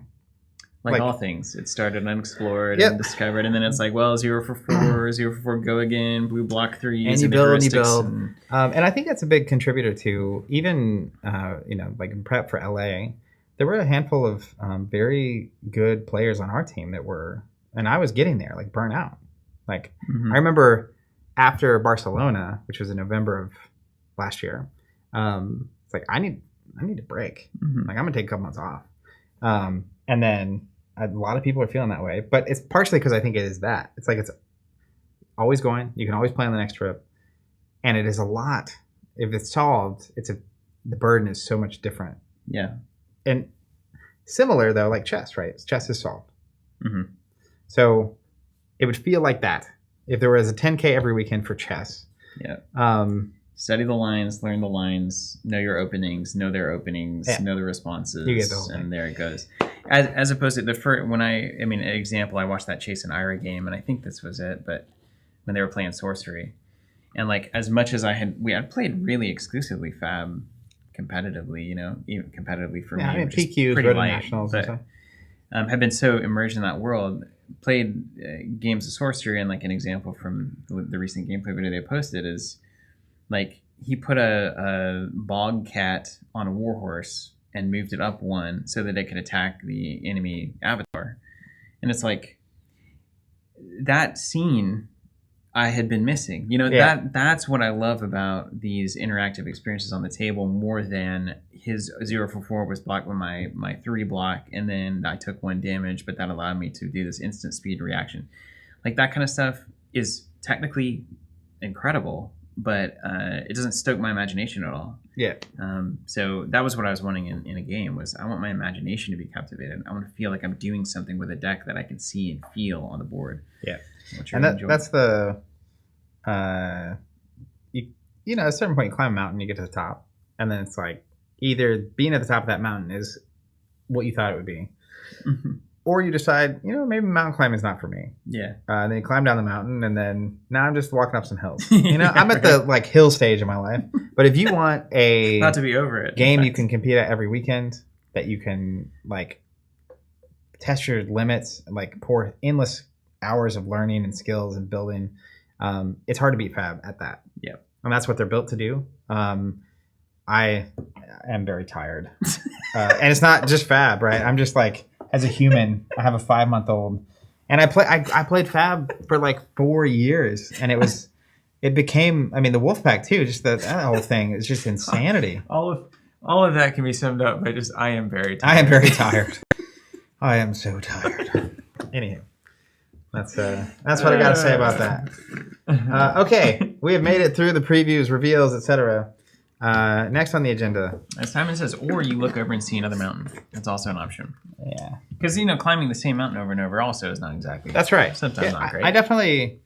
you said, I like a little chaos, right? Mm-hmm. I think I would be prone to... I go really deep into something for a long time. But because we've been in indie card games for so long, like the longest I've been able to play a single game is like 3 to 5 years. Mm-hmm.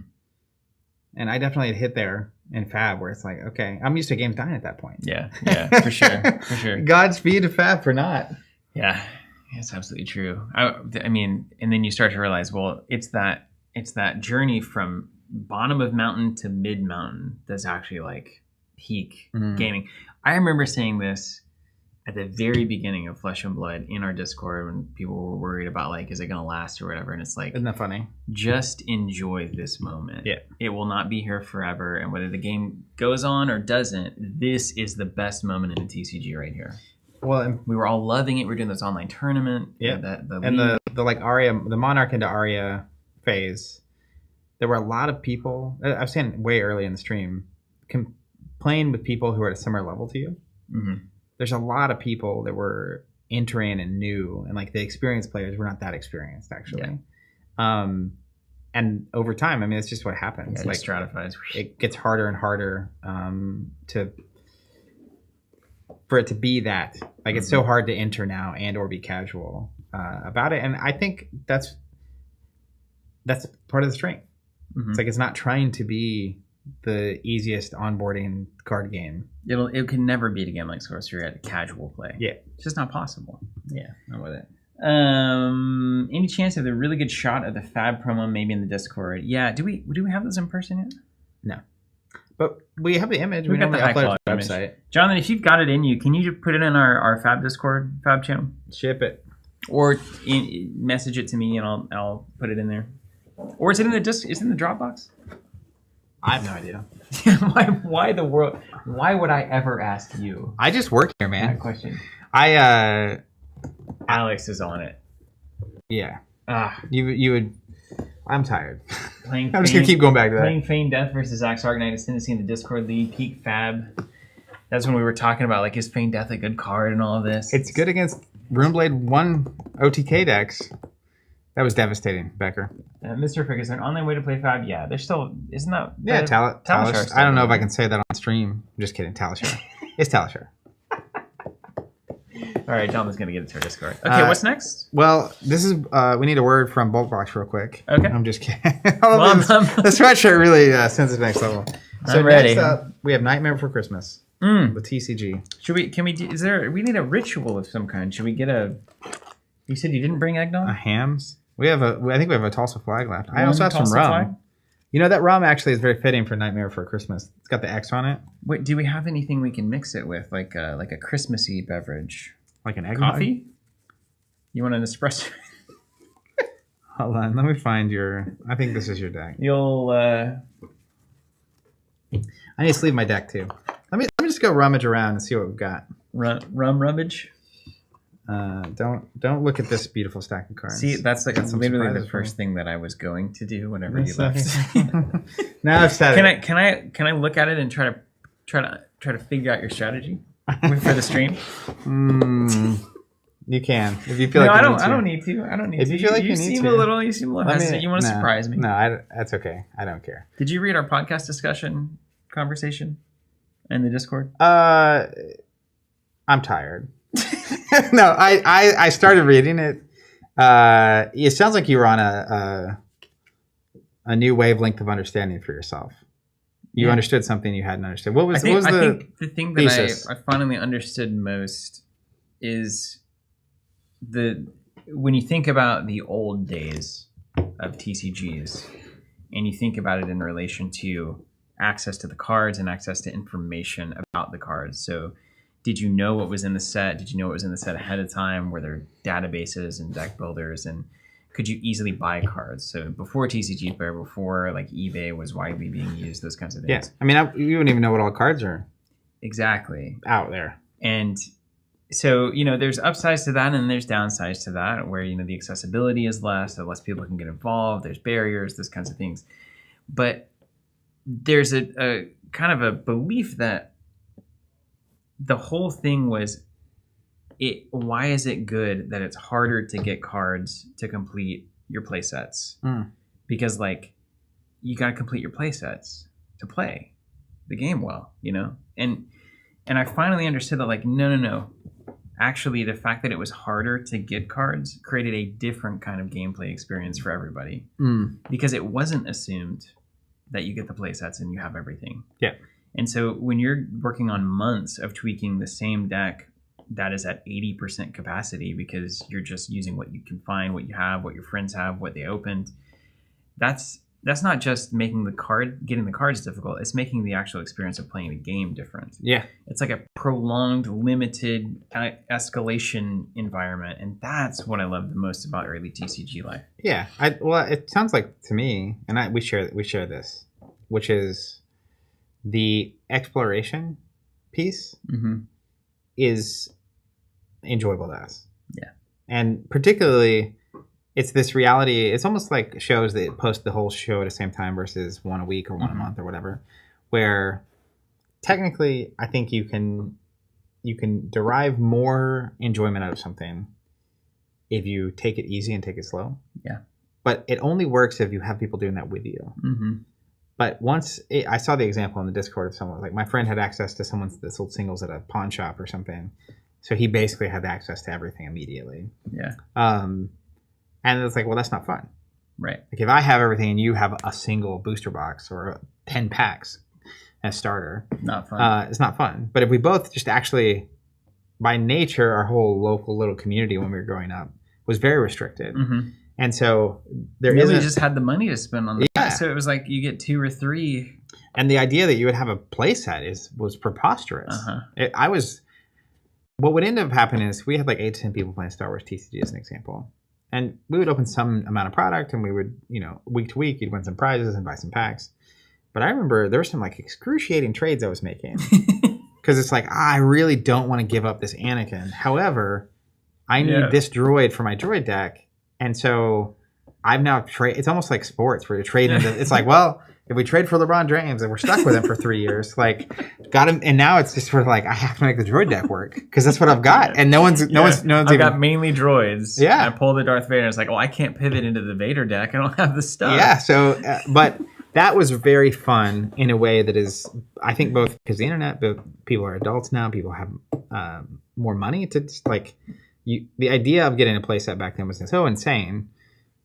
Even just like the specific 60 cards you want was kind of an insane thing. Mm-hmm. And when you remove that, it does hit different. Yeah, and what I liked about it is that you got to experience cards that you would never play if you had access to everything at once. Mm-hmm. But you got to fall in love with cards that the artist cared about and that the designer cared about that were not there for the top tier deck that you would build on day one if you had everything. But you got to have stories with them and experience those cards. And now it's just like, here's the 40% that just go immediately, and then here's the rest of them we might play with. Yeah, which I think is why over time we had the like LCG phase. If you're going to remove actually collecting, you can just get any card you want, TCG player or online, and everyone knows what all the cards are and it solves equations quickly. LCGs make a lot of sense to me because like, well, instead of that collecting exploration piece is now kind of just like a chore that you're talking about. Exactly. So skip that. Let's just buy all the cards as effectively as possible. But then even coming back into collectibles with Destiny and so on, I think that's what made Limited so appealing because you kind of get in a vacuum the same experience. We're all dealing with a limited card pool. You're going to play cards you wouldn't normally play. And solving how to play with Limited as a format is more like early days than much more Constructed is now. And that's partly just getting older and partly like that's just a different time. But I really enjoyed that way of doing it. But it only works if that's how. I remember being on Rebel Basers forums. It's like most people are experiencing it that way. Oh yeah. Yeah, 100%. I digress. Different stuff, man. I'm gonna go It's never coming back. It's never coming back. Pining for the days gone by is a sure way to not feel great. Or is it coming back? If you will, it is a dream. You got plans? You got something I don't know about? Ideas, man. Let's check in with the chat. How are y'all doing? Mr. Bulkbox is here on the stream, ready to entertain you while Zach is off finding the rum and rum-based accessories, I suppose. Clapping Cardboard saying next year I vote for a Nightmare Before Christmas draft. You know the thing about this? I don't know that we could effectively even draft this game. Because I think you could very easily make a deck that seriously just doesn't even function. Not that it's not good, but it just simply doesn't work. Because you have to have this certain kind of ratio of things, and you have to be able to get enough points to get all your creatures and creations and stuff going. But I don't know. We'll see if Zach wins this year, then maybe I'll draft. Old time saying, how you feel about champagne? in the year. We can get a glass of the restaurant on the outside. Yeah, I'm pro champagne. Pro champ? Yeah, you can. Hey, by the way, that's always true. Okay. Just mark that in Wouldn't it be funny if every stream it's like, all right, it's champagne time. You don't even have to ask, man. I will drink champagne anytime you want. Oh, man, yeah, give me the memories. Who's got memories of the old TCG days? where we are. Yeah, Mr. Frick. I remember back in the day, the boxes or case used to come with a master list of all the cards. I do remember that too. It's like a checklist. Like there would be a little checklist. Some games did, some games didn't. And not having that, I think, is the coolest. I think it really is the coolest. Miss Derek leaving, that's sad. Mr. Frick, my dad and I used to have an Excel spreadsheet of the sets to keep track of what cards were in the set and what we had. Thank God they're collection trackers now. Yeah, although like there's some romance to a little Excel spreadsheet you got to work for, right? Blueberry Detective, I'm so glad you brought this up. Exploration is my favorite part of TCGs, and that's why I'm so sad Keyforge hasn't been iterated on. So like, there's still some level of exploration, but that's kind of what I was getting at. Is like we live in a world of infinite and readily available information, and you can buy anything that you want. Horrible. We're gonna take ours and I'm gonna pass it around out there. It's the end of the year for all of us. Sweet, great. So also you have to do it because I can't be trusted. Yeah, I'll do it. So yeah, the exploration of it. It just a lot of times at this point now, because everything's so readily available, both information and products, commerce, singles, etc., that the exploration is really just like, am I willing to press the buy button or not? Am I, I'll add all the cards I need to the cart, and do I have $500 or don't I? That's where it goes. It's like, and if only everybody was willing to just not engage with it that way, it could change, but it's not possible. Yeah, I almost would rather a game not be on something like TCG Player. Like Sorcery was like that for a minute, and that was fun. It was cool, man. I was bringing my extra uniques into the office, and like it was like a weekly like, you guys want to trade some uniques here? Yeah. And uniques were hard enough to get that like I didn't have all of them. Like, is it conceivable? Could you make a trading card game? The capital T trading card game. Cheers. That's not ready. He yelled cheers and then pops. PTSD right there. Yeah, man, I've had some champagne moments here on the stream. Cheers indeed. It's amazing that we're at the end of the year. Last year at this time, just so we're aware, it was not long before that when the studio was even usable. That was a slog. Yeah. Is that it? Like last October is when we were in the Zadig last, I think. So it was not. We got in the studio like just in time for beta. If you remember that. Yeah, I'll take that out there for them. Oh. I was gonna give you a little bit more. Don't let go. we did the like almost letting go both of us a couple times. Like please don't. But man, myself off a little bit. It's been a journey. I think I'm gonna go ahead and you can mark me on this one. I think we're gonna create some of the. I'm not even gonna say some. I'm gonna challenge the creative team. 2025, we're gonna create the best content we've ever created. I'm very excited about it, and I can't wait for everyone to see it. But that's only possible because a lot of you out there watch, purchase, support what we're doing, share what we're doing, and of course, all our awesome partner. Orange or grapefruit bitters in your champagne? Are you doing it? Yes, it's my favorite thing in the world. Okay, sure, yeah, I'll do it. Orange or grapefruit? Orange, yeah. Orange. It just kind of takes the a little bit of the stodginess off. It's a cocktail seasoning, really, is what bitters is. Did the crew out there seem happy to have some champagne? Very happy. They said they're gonna pack orders twice as fast. Whew. Order now, ship now. Accurate, but twice as fast. That's definitely the equation. So, could you make a trading card game in such a way that it can literally not be sold? Yes. That's why I said I had ideas. I think there's a if you could capture that feeling we had when we were kids playing. I think there's a space for a game like that. I think a lot of people would enjoy it who are traditionally kind of kept out of games for one reason or another. Chris saying, sounds like you really want some more throwbacks. They might be involved. Yeah. Let's see, I missed some things. Yeah. Blueberry Detective, cheers. Happy to have you here. As I was saying earlier, a huge shout out to everyone who continues supporting us and buying from us and all of our partners and publishers. Really amazing that we get to do this and keep pouring so much energy into trying to make this whole thing better. And I'm very excited. We're deep into conversations with the architects. With any luck, this coming year, we'll get us crack some champagne when the ground gets broken on 3.0 finally. But it's been a long journey, and it feels like it's about to be really cool. We got some cool stuff we're cooking. Sita, last Christmas my gift to you guys was Dragon Dice. You should give it a try. We may have. It's been a long year. I'm tired. Max saying yes, throwbacks. Yeah, I'm a huge fan of the throwbacks, of course. We're playing Night Before Christmas right here. So we're throwing back as we speak. The Mr. Frick saying, do you mind if I send a URL to Alpha Clash's newest deck builder? I actually think I've been recently using it, and it's awesome because the deck builder that Alpha Clash does have is not great. It's very not great, and that I didn't learn about it until after the Pro Tour though, and I was so happy with it. So what's the name of the deck builder? I'm gonna give permission. I'm doing it live. Hey, that's what Keyforge was supposed to be doing, by the way. Thought about that in the bathroom. It was well because you can't buy a single for Keyforge and put it in your deck, right? But that's different. But you can buy.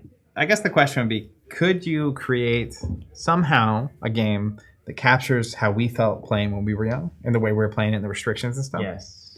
And that's what when I was out going out Harkins. earlier, and I said I had an idea. Yeah, cheers. Cheers. We made it. Cheers. We made it to the end of another year. Everybody. Thank you. We love you.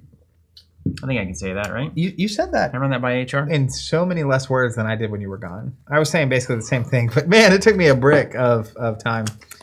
But it would be so cool if a card game could capture that. Yeah. If you have solved that, reach out to us. I would love please to support that effort, whatever that looks like. Hey, do you have 6 non-black sleeves over there in that orange pile behind your computer? The pile of orange sleeves. The Mr. Frick saying deck plan. Are you the one that did this deck builder? Let me see it. Deck plan. Yeah. Oh my gosh. Mo shared this with me in the airport on the way home from ClashCon, and I was. It's an Alpha Clash deck builder that works. It's a fan-run deck builder that's good. Sweet.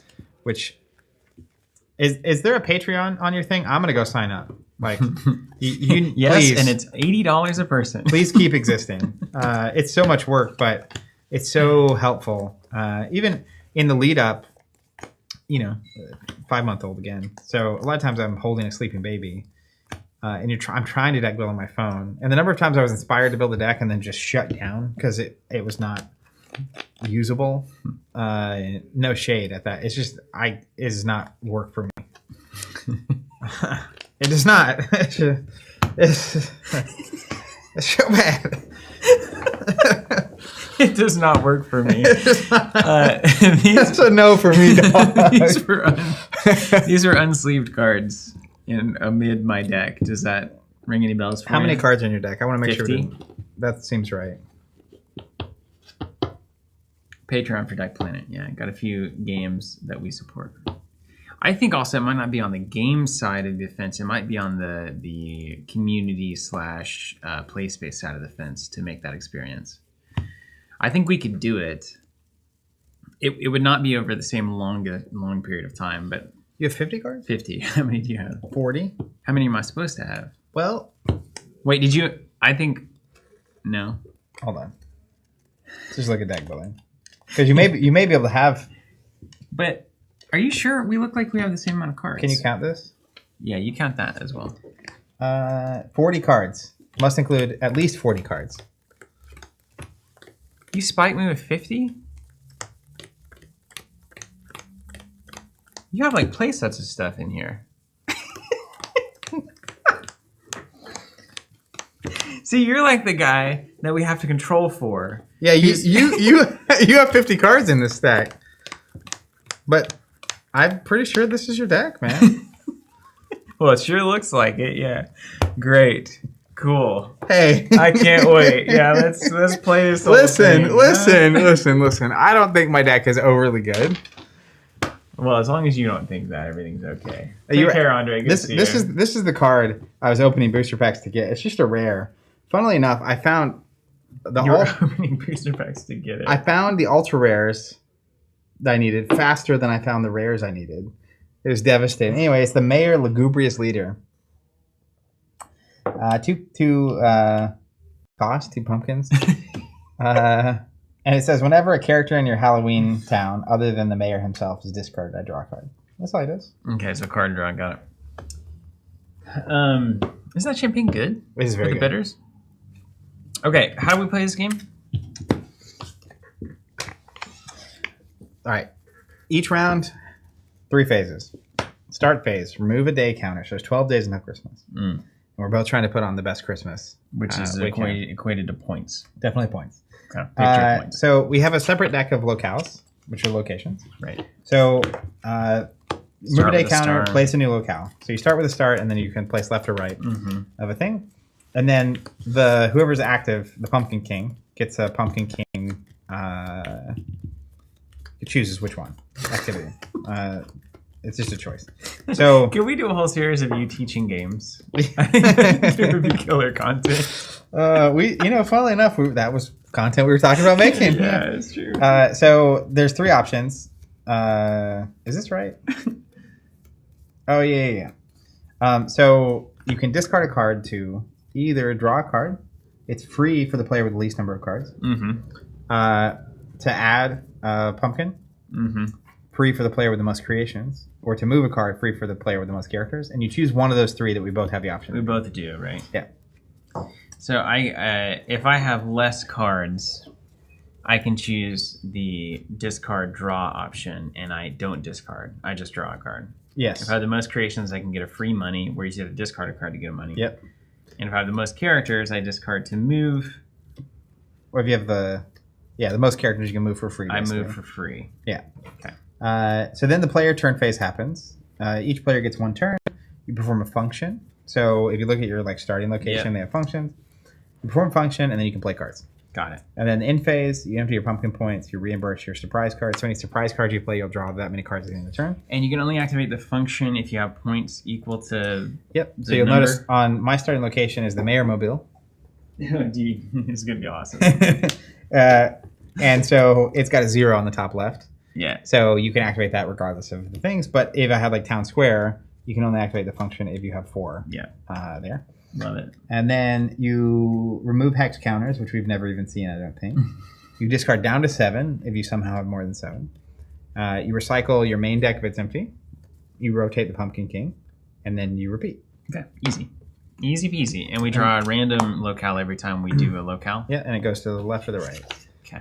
And let me find the getting started page just to make sure we don't. Setting up. Locations. Okay. Yep.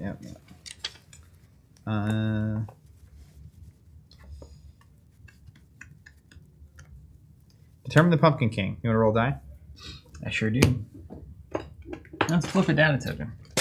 Also, this is the Nightmare Before Christmas TCG, and it rocks. It is so good.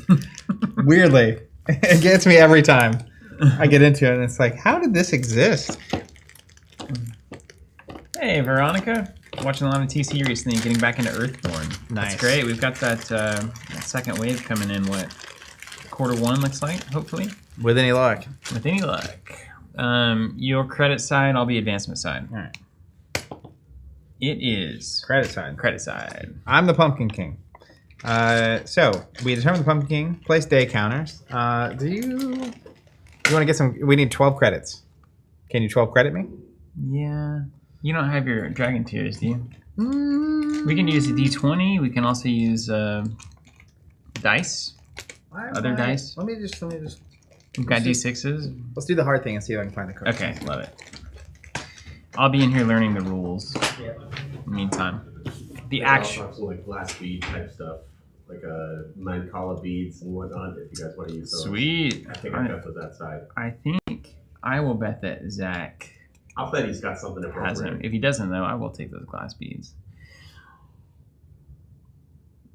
So as far as I remember, the point of my deck is to play a bunch of creations. And then they're just victory points, as I remember. Talk about our childhood. Oof, that sound. Oh, You already know what it is. Yeah. Our childhood was trying to roll 6s on the D6s for our X-Wings. You remember the critical hit? Dude, Oh, yeah. there was gumption in that game. Well, oh my gosh. Luke's X-Wing, right? It's so good. That It's game like- is so good. Critical hit 1,000,000. Just the idea of having critical hit where it's like if you roll a 6, it hits. Mm-hmm. The critical effect. Man, modern card gamers would never appreciate that. Too random. That's the point, though. It's got to be That is the random. point. Or the machines can just do it. Yeah, because machines can't do random, actually. That's not how it works. My TED Talk is over. Thank you. Thanks, Elon. I was sending what's the name of that? Telegram? Is that the voice messaging app? I don't know. Why am I That's asking right. you? That's right. I was sending one of those the other day, and I kind of went off on a thing for like 3 or 4 minutes in a message, and I got to the end, and I was like, "Thank you for attending my TED Talk," and got a nice response. Who were you sending a telegram to? I Telegram with a handful of people. I don't want to say any names. Okay, man. Don't want to leave anybody out. Yeah. I know Rodney was getting into that. Rodney is one of those people. Yeah, he had a big. Yeah. I don't even text anymore. I just send me talking. Well, it's like- crazy. I'll send him a voice message, and then he'll just send me a fully produced video back. It's crazy. He's got studio set up. Yeah, if you're out there, Rodney, hope you're doing well. Okay, so we turn pumpkin, we place the day counters, 12 days to Christmas. Yeah. Prepare the pumpkin points. Each player places his pumpkin points card. No, we're not going to use that. We're going to use, I need things for pumpkin points. Let me get I have another dragon tape card. Now this Doesn't is. it feel like the 90s? You're gonna go back. The house is carpeted.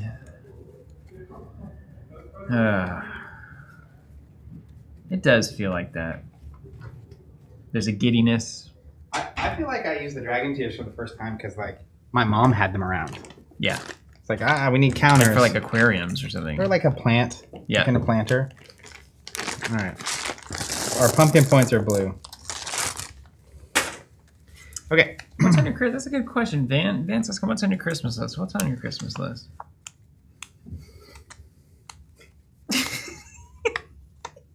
Best answer. Man, I don't know. I'm tired. I feel like there's going to be a short that's a supercut of me saying I'm tired on this stream. So I haven't thought about what I want in a minute. It's your leadership mindset. Well, yeah, I guess. But just really, personally, like, things I want, I have no idea. I just want to sleep. Which I did last night. I'm picking up on a theme. Now, hold on. It's been a little subtle throughout the stream, but... Dude, last night, check this out. We started sleep training last week. Last night, I slept undisturbed, uncontested, 8 hours.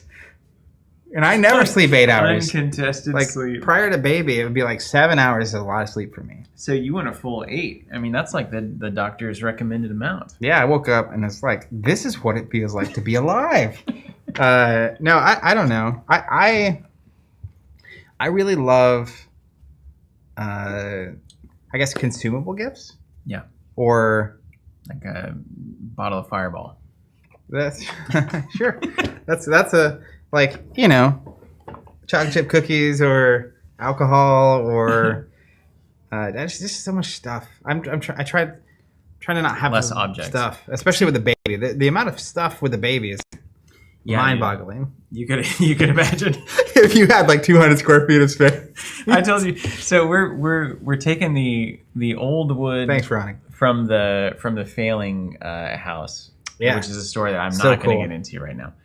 But we're taking that and we're building a deck on the tiny house with it. That deck is going to more than triple our square footage. It's going to be a whole new world, man. Yeah, that's crazy. We're Piper's going to have somewhere to crawl. You're screening it in, right? Screening in most of it, yeah. Who are you having do that? Mike, our new general Your contractor. He's amazing. Man, we find confidence, grab onto it, and I'm never not going to let distract go. him from your project. Don't you but dare. I would actually, our back porch, I would really love a screen in. Yeah. But he'd do it. I don't know who. Yeah, he'd do it. Have doing He's it. great. You know what I mean? He's great. So that's on your Christmas wish list. Is it going to be done soon? Yeah, probably. Like, we're talking days or weeks? End of the week, we'll probably be able to have the deck done. So we'll walk on it. Yeah. And then the screened in will take another couple of weeks probably. That's awesome. But in the spirit of similarly material, trying to kind of get away from more things, my big push is like I'm trying to get, and I don't even know, it's hard to find. I'm trying to get clothes that are like built to last forever. Okay. That are like made well, ideally even like locally sourced, locally woven, locally the cotton is local, all that kind of stuff, which you can do. There's that Roundhouse down in Shawnee, Oklahoma. Roundhouse overalls. Cool. Of course I do. Or jeans or whatever. They still do the old it. school. They get it all, and it's in the U.S. grown cotton, and then they do it. They got the old school machines. Lasts forever. They stitch them all together, and comes to find out it's a whole thing. I had no idea, but it's like famous people are wearing these in movies and stuff. It's like a whole, and it's right down the road. Roundhouse. House. Yeah, because I clearly knew it. Yeah, dude. Roundhouse, baby. Yeah, Roundhouse indeed. So No, anyway, I've never heard of it. I'm trying to get good. That's cool. Long-term garments. We both have different efficiency curves there. You want to buy clothes once and use it forever. I want to never think about what I'm choosing to wear.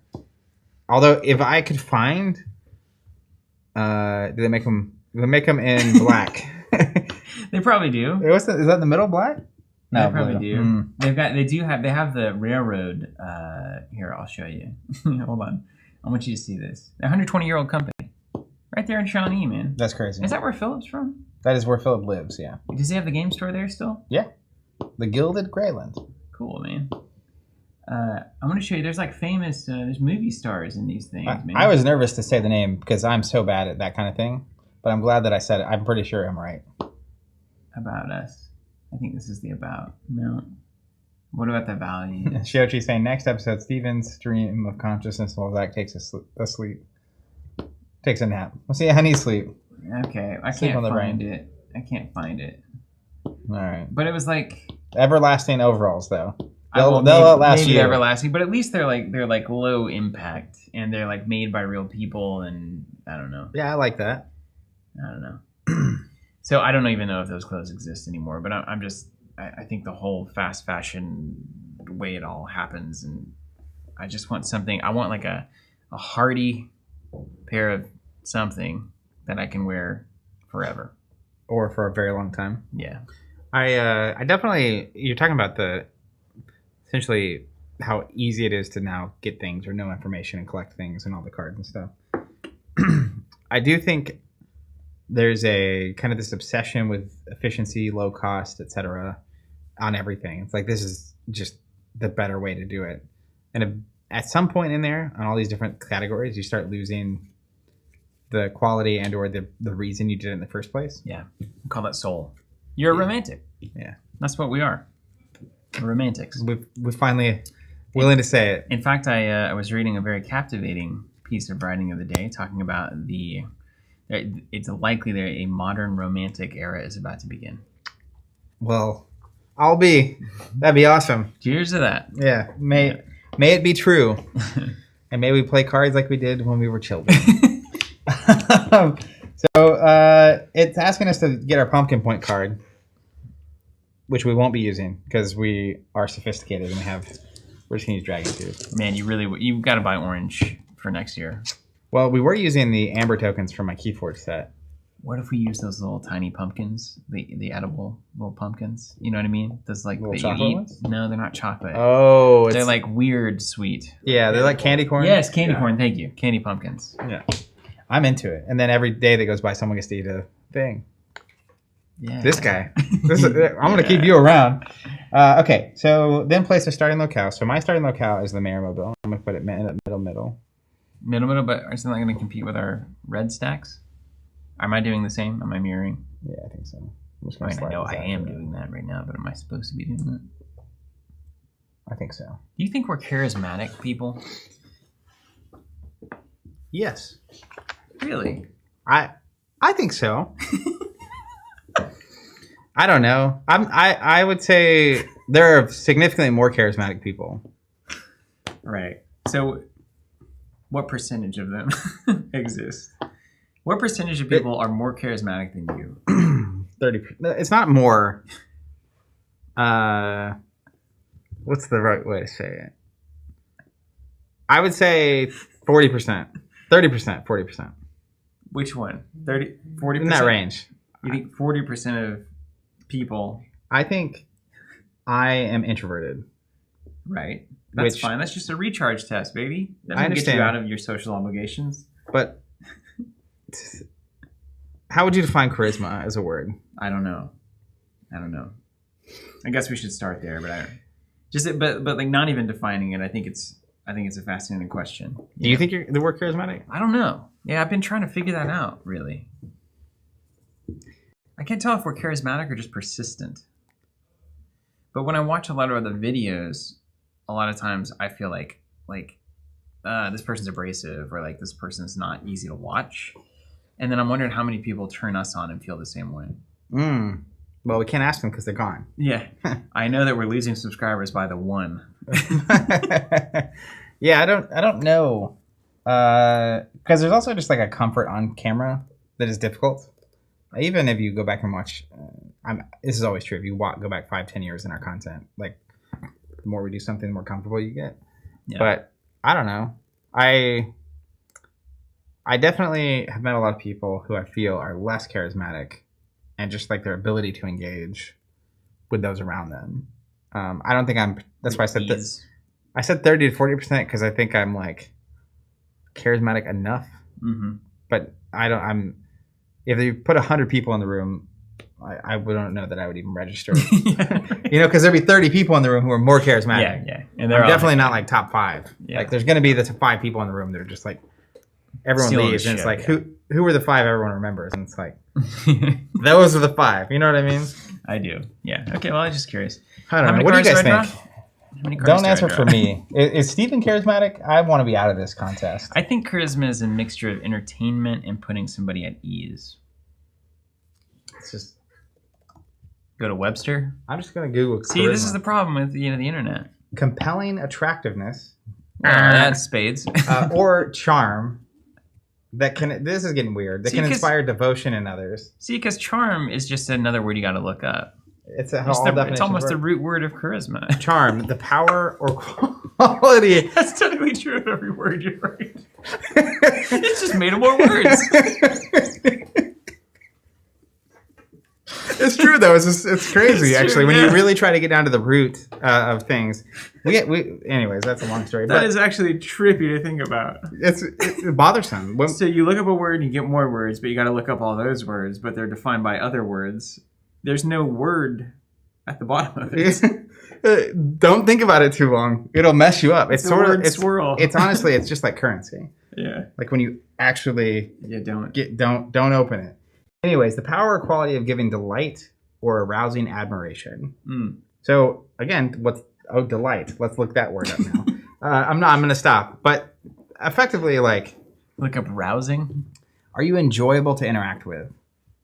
Am I? Yeah. Okay, good. Mostly. You can be. That charisma's not always on either. No. Like you can be charismatic. For some people, though, it really is. Yes, that's why I said 30, 40%. Out of control. Like the top 1% is just like bleeding charisma. You can't turn it off. Sometimes they make me uncomfortable. Yeah.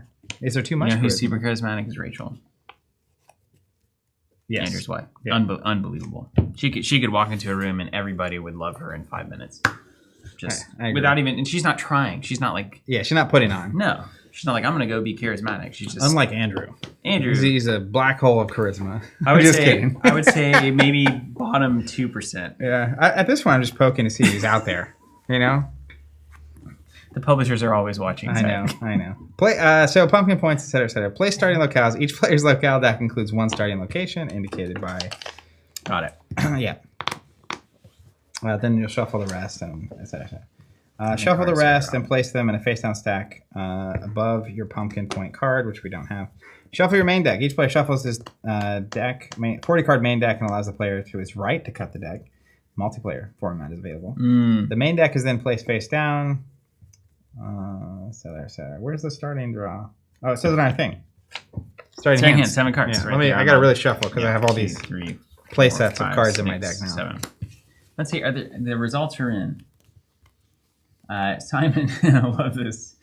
Simon says, I not only watch, but actively enjoy. I got to say, the TC Riz is up there. Okay, that's good.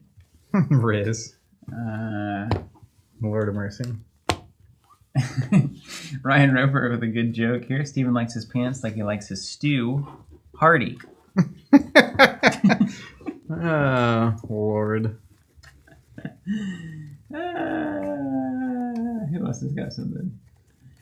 Ryan Roper, I love that the people designing this card game just smacked function in all caps and said good enough. That's very true. Like, Oh, that'll work. it's like playtesting, and it's like, did nobody can we call it like Christmas Miracle : or I mean, there's any. Yeah. It could have been. Could have been Riz. see to do it says Steven's got that Riz, so that's one vote for me. Yeah.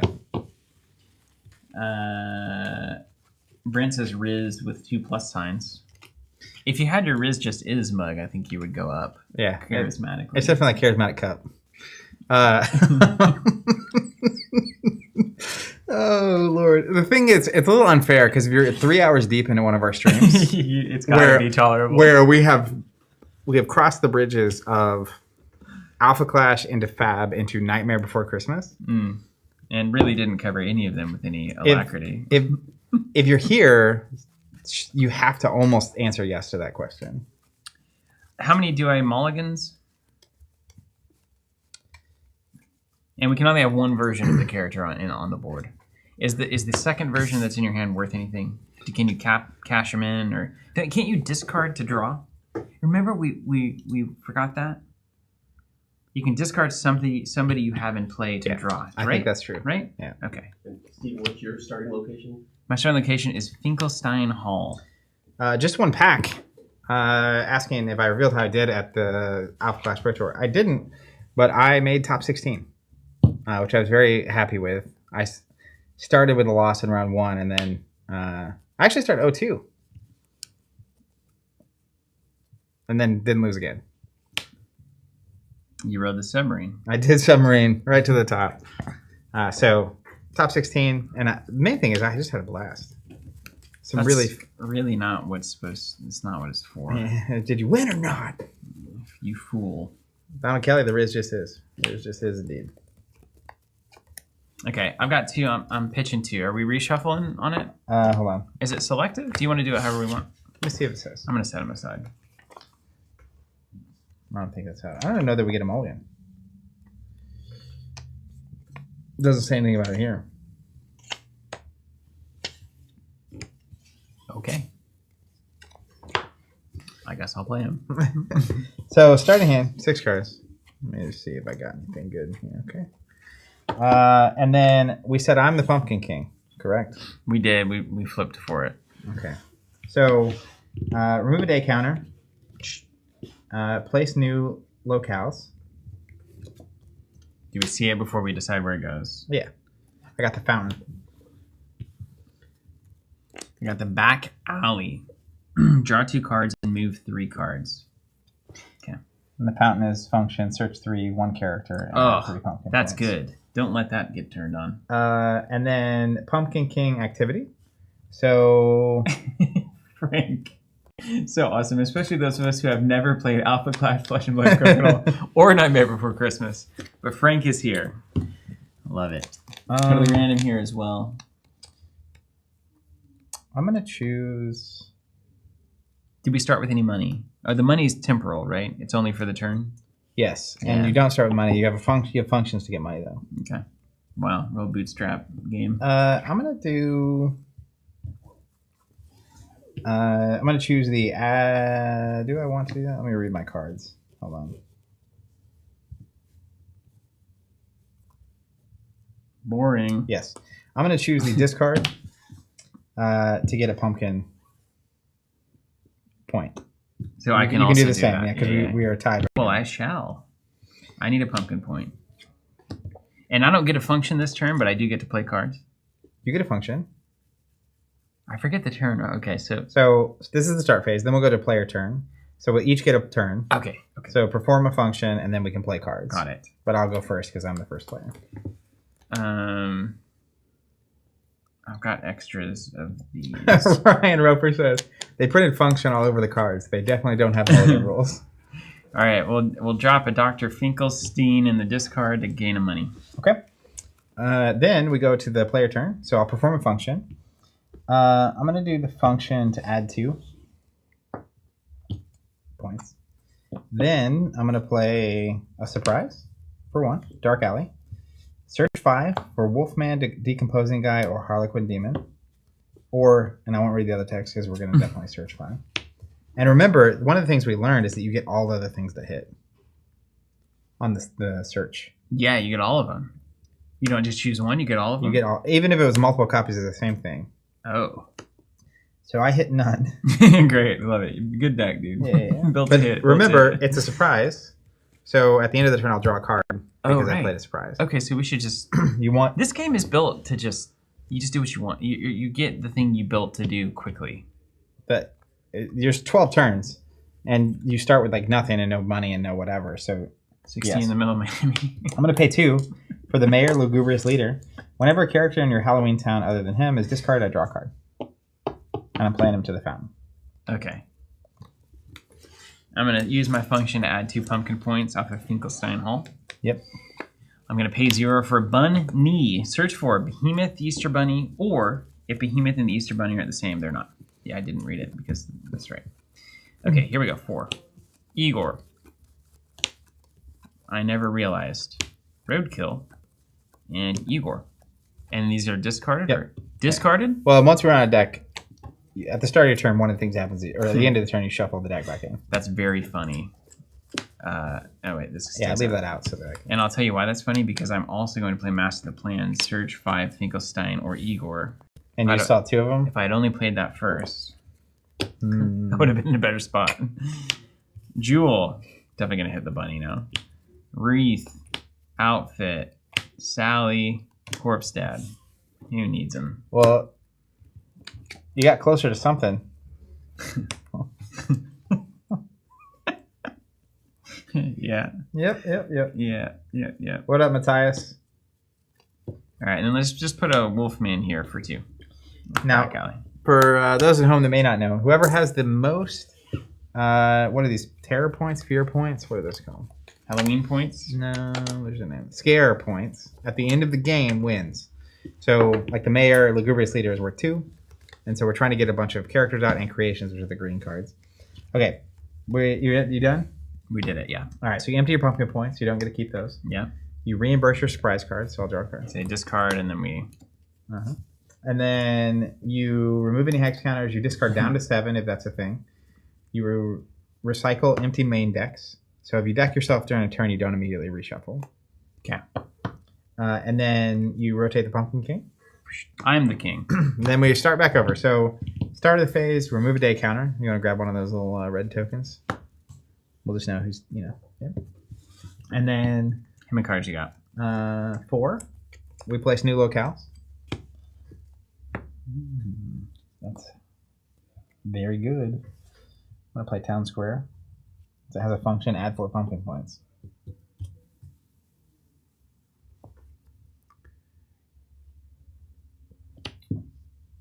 Put the tree circle there. Draw 2, add 2.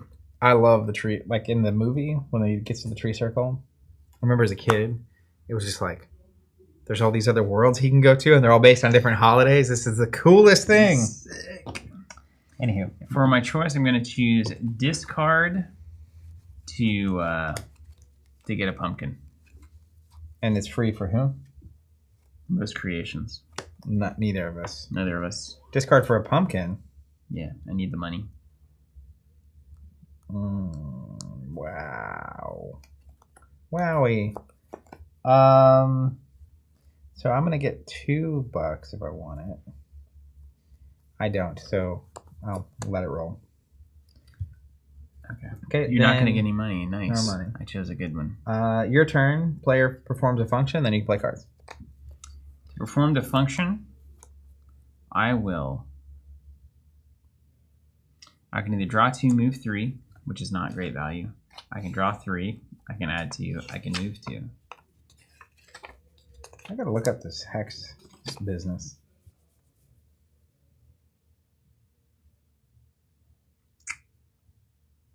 Okay, this is the next phase. I'm gonna get 2 pumpkin dollars, pumpkin bucks, and then I'm just gonna do Finkelstein here. Now, can we keep going this direction, or can we only go 2 on each side of our main? You can go. Go. Okay. I'm just gonna spend 3 for Finkelstein and Igor, hanging out together in the tree circle. That's it. But now the tree is active. Tree is active. Draw 2, gain 2 is a pretty good ability to have online. What? Yeah. I'm gonna start cruising, boy. All right. My function will be gain 2 too.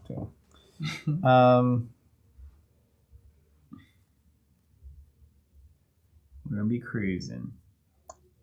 What? We're gonna be cruising. This is crazy. You built it.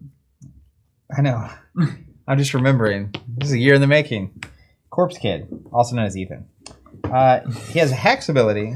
Once during your turn, after you play a surprise, you may discard a card from your hand to add a pumpkin point. It's good. When you use a Hex ability, you put a Hex counter on. And then at the end of the turn, there's a clear the Hex things. But there are also cards that will reference like all the cards with hexes, etc. This is the only way to pay for that super big Jack Skellington. Do you remember we just like couldn't pay for him? Yeah. It's like, how do you do this?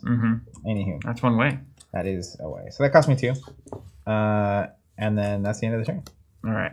So then empty pumpkin points, reimburse surprise cards, remove the Hex counters, discard down to 7, recycle empty main decks, rotate the Pumpkin King. And then we're back at it. So do that. And then how many cards in hand? I have 2 cards. How? You played 2 people is how. No creations yet. I will choose discard to gain. I see. Discard to gain a pumpkin point as the option. I'm gonna opt to not do that.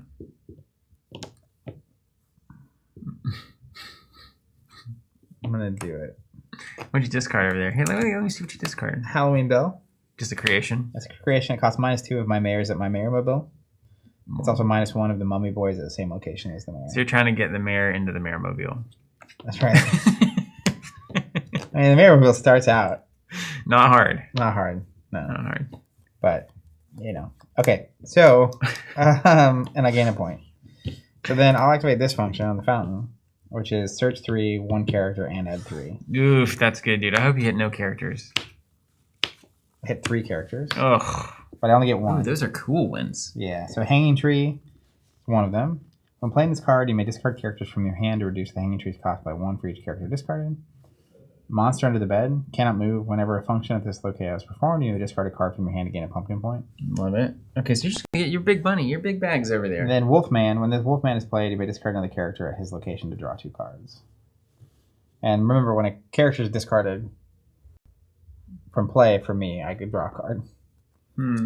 So You like that self-sacrifice stuff. we're gonna get the Wolfman. Something's wrong with you. I agree. All right, I'm gonna play the Wolfman. I can discard the mayor? No. Actually, you know what? I'm gonna play the Wolfman, but I'm gonna discard the Corpse Kid. Okay. When he's played, I can discard a card. I draw 2, and the mayor is also gonna trigger, so I'm gonna draw 3. Maximum. It's a combo breaker move. Now you're cooking. Hello. Now you're cooking.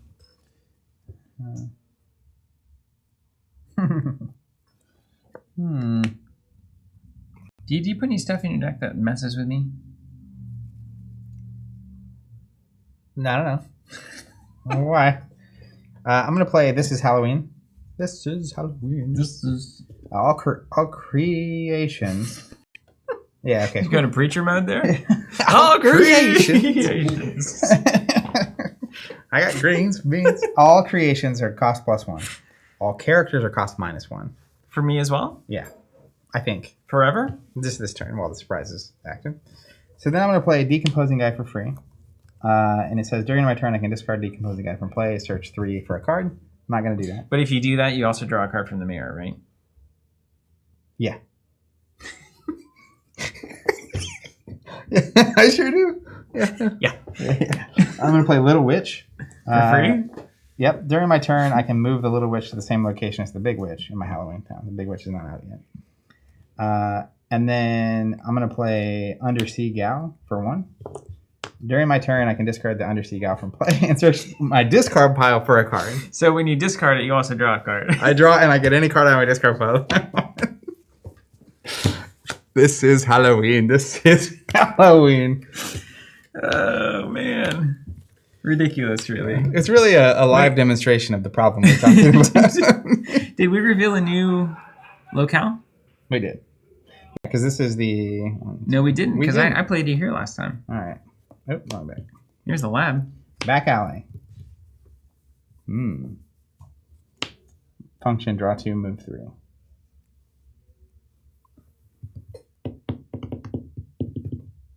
Your turn.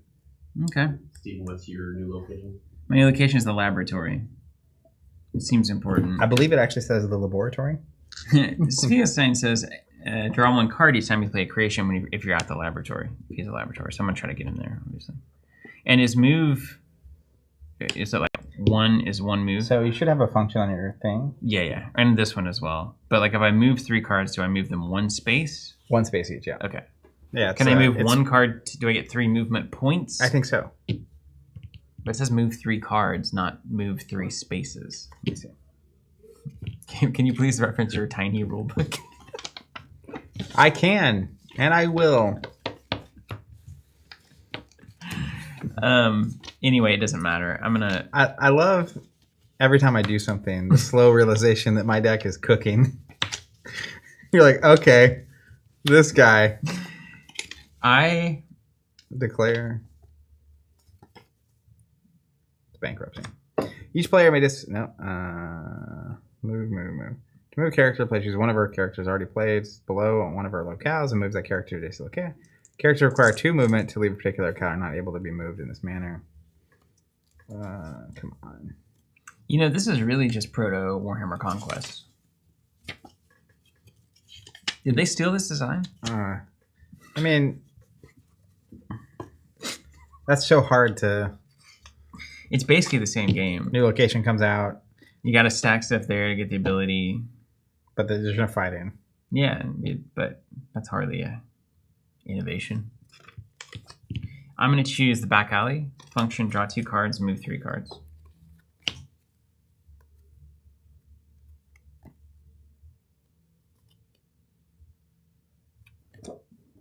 I'm going to move 1, 2, 3. Okay.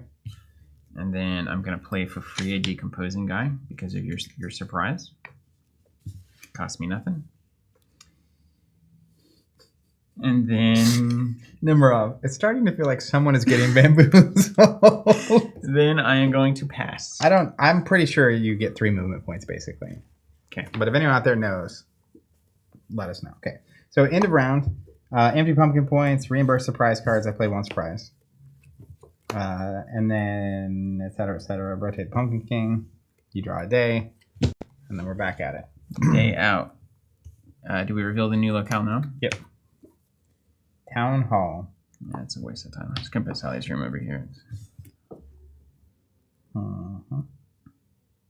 Yeah. Just put that one. And then what's your Pumpkin King activity? Nerd and proud of it. How you doing? Good to see you. Brent, Zach can't not play competitively, even playing Nightmare for Christmas TCG. Listen, Steven schooled me 2 years in a row with his professional deck. Wasn't it 4 years in a row? I don't think it's 4. I don't know. The first year we just played starter decks. 2020. Oh, that's right. That's right. And then the 2 were the decks. I think there was 2 where we weren't actually doing constructed. Then we opened packs and constructed, and then your deck was like so much better than mine. It is really much better. You would win by like 15 points out of 30. I'm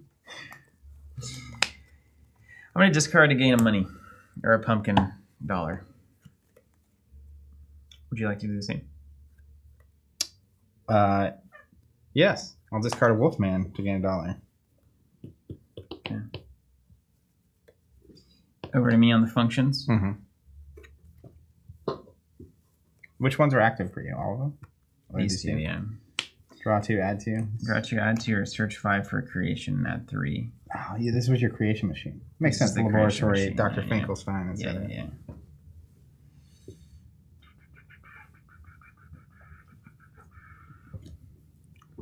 I'm going to use the lab. Let's add 3 money. Let's see what we get. Search 5 for creation. Organ donor. Great song, but DJ Shadow. That's our job. Ooh, there's Fender Bender.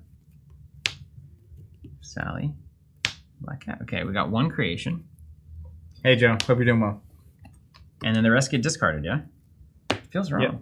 Yep. Corpse is in your Halloween. When you play this creation, send an opponent's creation with a scale number of 3 or less back to hand.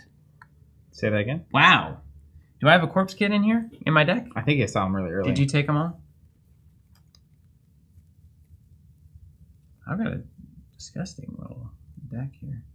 I don't have a corpse kit in here. So I might not have one at all. Nah, you must. Well, I might not must. I'm going to pay 3 for a Fender Bender. And just get it on the wall. Is that I draw a card when I play a creation? Yep. And the engine begins.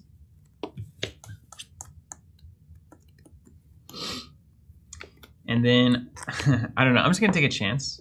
I'm going to pay 1. No, it doesn't feel right. What doesn't feel right? It doesn't feel right. It doesn't feel right. All right.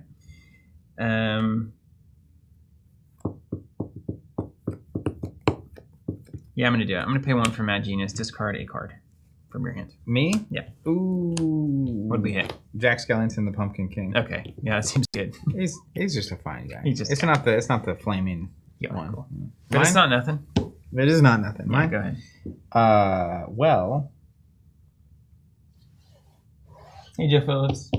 Happy holidays. Merry Christmas. Happy everything. I will use the fountain. So search 3 for a character and add 3. So you're basically doing the same thing, just with characters instead of creations. Dude, each one gives you -1 point. Oh, it can be played for a cost of 2 to an opponent's non-starting locale, or for free to one of your locales. So you can turn off one of either of these. Like that one right there. Yeah. Sick. So that'll go in hand. And then during my turn, I'm going to discard the Undersea Gal from play, search my discard pile for a card, and also trigger the mayor and draw a card. So we'll draw, and then let's get any card I want from my discard pile. So let's see. I can pay 2.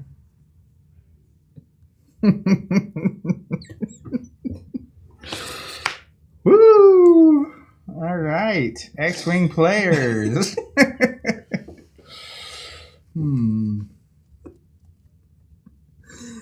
Oh, man.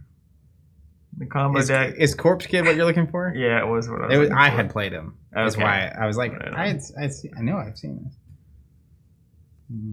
I need draw. Know what I mean? You have a draw engine set up. You just have to discard to do it. So I guess you're not netting cards, is what they would say in the biz. Michael Hamilton would tell you that. You think Hamilton would be good at this? Yes, generically speaking. We could maybe take a game off Hamilton at Nightmare Before Christmas. He would probably be like stupidly good at this, actually. I would be nervous to see it. Especially, So I really need a 1 costume. Don't you dare ruin this game for me. Joe Phillips, man, good to hear from you. Good to see you out there. One of our favorites. I'm gonna get Dark Alley. I see. Learning what this is doing. You built it. I know, but you don't really know the full context of what you're after until you do it. You know, I haven't played it. Yeah. Dark Alley for 1. Search 5 for Wolfman, Decomposing Guy, or Harlequin Demon. Missed. Okay, but it's the prize, so it replaces itself. Like if you hit 1, you net cards from doing that. Yeah. Yeah, I get that. That's how it's supposed to work. I'll pay 2 to play the Easter Bunny there. Bummer. That's big. And then I'm going to pay 1 for a rat. The rat. During opponent's turn, you may discard the rat from play to ignore a card that affects another character's location. Don't worry about him. During an opponent's turn, you do what? None. You discard the rat. You may discard the rat from play to ignore a card that affects another character at his locale. So, like, if you played something that would, like, get rid of a character location? He protects your stuff. Yeah. Got it. Like bounces and stuff. Yeah. Good. In fact, you know what? I'll play him here. Yeah, you don't lose my insurance policy on the mayor. Yeah. And that'll be the end of my turn. Okay. So, clear the points. I replace this Oh, there is the card I was searching for. Then that switches. We get a day. And we get a location, a final location. All right. Town Square. Okay, I'm going to put it next to the lab because it's the only way I can get 4 monies. I'm going to slide us. Yeah. Where are you going with that one? This way. Okay. That works. This is Halloween. This is Halloween. It is in my head now. I'm in the spirit. In the Halloween Christmas spirit. What's this? I hadn't seen that movie until a couple of years ago. Yeah, we talked about it on one of our holiday streams. Okay. All right. It looks like the Star Wars CCG right now. Just much simpler. Okay, so... Okay. Ryan Rubber, I feel very lucky to catch the finals of Nightmare Before Christmas 2025 Worlds. They're just the only people in the world playing the game this year, let alone right now. I don't know, man. It's a big world out there, but probably. What's the Pumpkin King choose? I'm going to choose the discard a card, draw a card, but it's free for the player with least cards. That's you. So I'm going to get a card. And then... I'm going to opt not to do that. Yeah, and then I'll do this to gain 3 and search 3 for a character. Oh man, good ones. The clown? Clown looks awesome. I'm going to get the clown. During my turn, I can discard the clown from play. And then what does it say? Discard an opponent's character with a scare number of 1 from play. So you discard mine for 1, you draw a card, and so you lose I discard your here, draw a card, get rid of 1 of your 1s. Okay, that's fine, because you lose it too. That's fair. That's fair. This is well balanced. It's well tested also. Okay. Had a fascinating interview with a designer on our podcast. It was great. It was really good. He said something that has stuck with me, that the gaming industry got awesome whenever there was that moment where one publisher could have tried to push a lawsuit against another for like borrowing a mechanic, and they opted not to, and that like set precedent, locked the culture of like, we're sharing, we're growing, we're evolving. Yeah. He said the games industry will continue to be great as long as we don't get litigious, I think this is. Yeah, so you were asking earlier if what was the game Conquest? Warhammer Conquest? I was like, man, it's not Warlord. Anyways, if Warhammer Conquest stole from this, I feel like with card game design, a joke, but I know, but with card game design, it's so iterative and like impossible. It's almost like, you see the videos, they're like, there are only X chords in music. I'm like, this song is really just this song from 100 years ago. It's like, well, there are only so many chords, etc. Okay, Harlequin Demon is -1 at the back alley, so we're gonna play that for 1. What happens if you play a card that's already in play? I don't know. I had an extra Wolfman earlier, and I didn't know the answer. But I have an extra Wolfman. I just kept doing it. So you kept doing what? I didn't play it. I just discarded it. Let me see.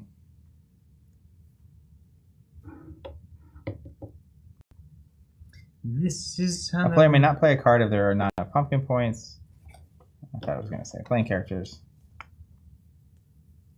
No limited number of characters that can be placed at the same location. You cannot, however, play a character locale of the same character is already in Halloween Town, even a different location.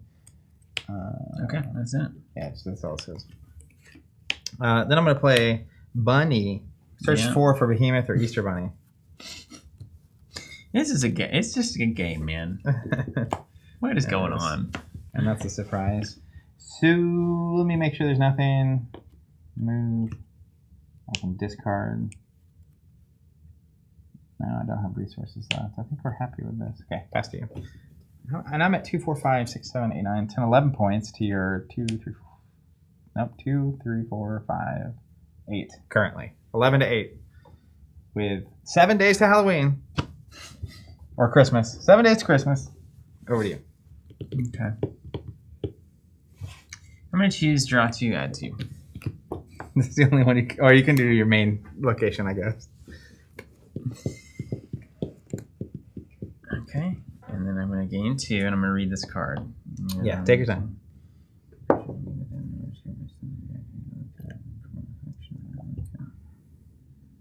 Oh, wow. Okay. Okay. Oh my gosh. You sound like Igor. Wait. Oh, no, my wait. God. I'm so restricted to only one function. Oh. Okay. I don't know what you're doing, but it sounds fishy. Okay. Nathaniel, sheesh, this is my favorite stream. Gonna have to start from the beginning. Well, we'll see you in about 2.5 hours. Enjoy. Experiments in Insanity. Who's winning? We're all winning for being in each other's presence. What's on your wish list? I never got back around to it because I was so flabbergasted at you asking me. You know what's on my wish list? A Bulk beautiful boxes? set of bulk boxes. Is it really? That actually probably is. We were gonna do content of me converting the closet in my house of cards into bulk boxes. Mm-hmm. I remember that. So I've been waiting to do it. But yes, I need lots of bulk boxes. What about you? I'm gonna discard Decomposing Guy, not drawing like you would, and search 3 for a card.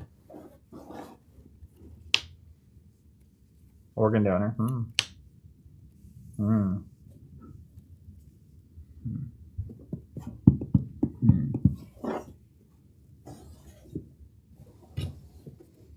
Just hold this the whole time.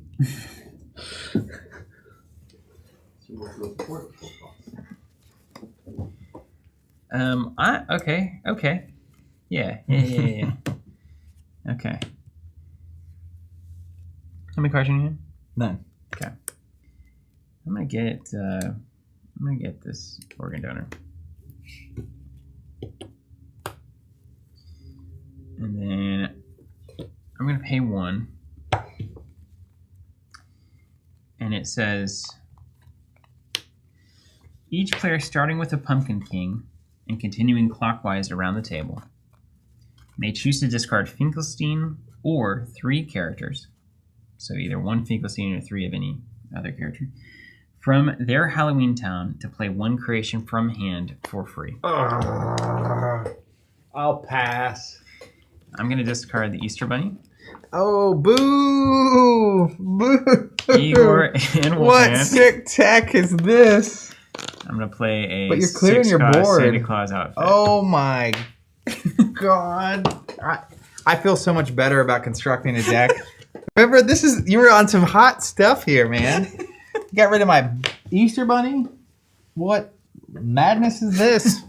It's the Easter Bunny. Who can hate it? And I played a creation, and Finkelstein's in the lab, therefore I will draw 1 card. What up, Chaotic Great? You're right, Steven.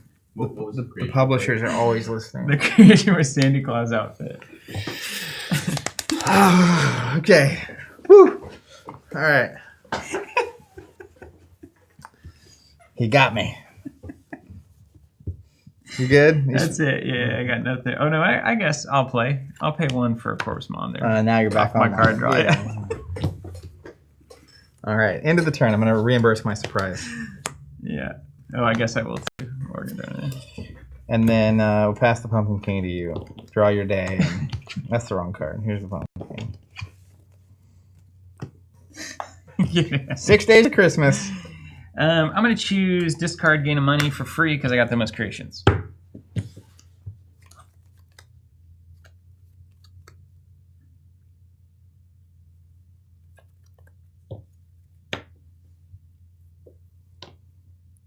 It's a discard. Do what?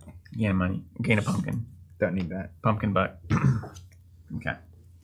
And we can activate a function. I'm gonna activate search 5, add 3. It's a Reaper.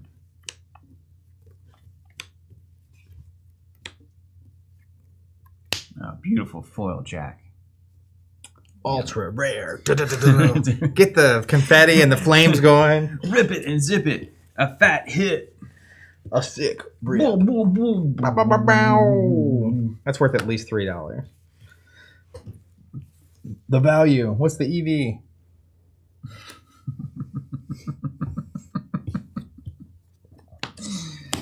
I'm going to keep that there. And then I'm going to play a Skeletal Reindeer, -2 Finkelstein to the laboratory.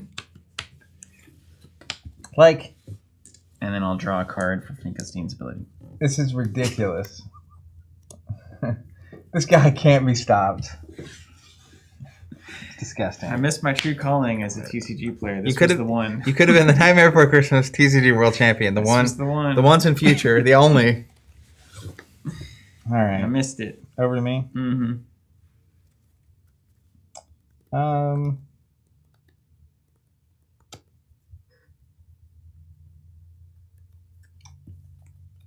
Now, hold on. There's a rule. We're missing the rule again. I'm gonna.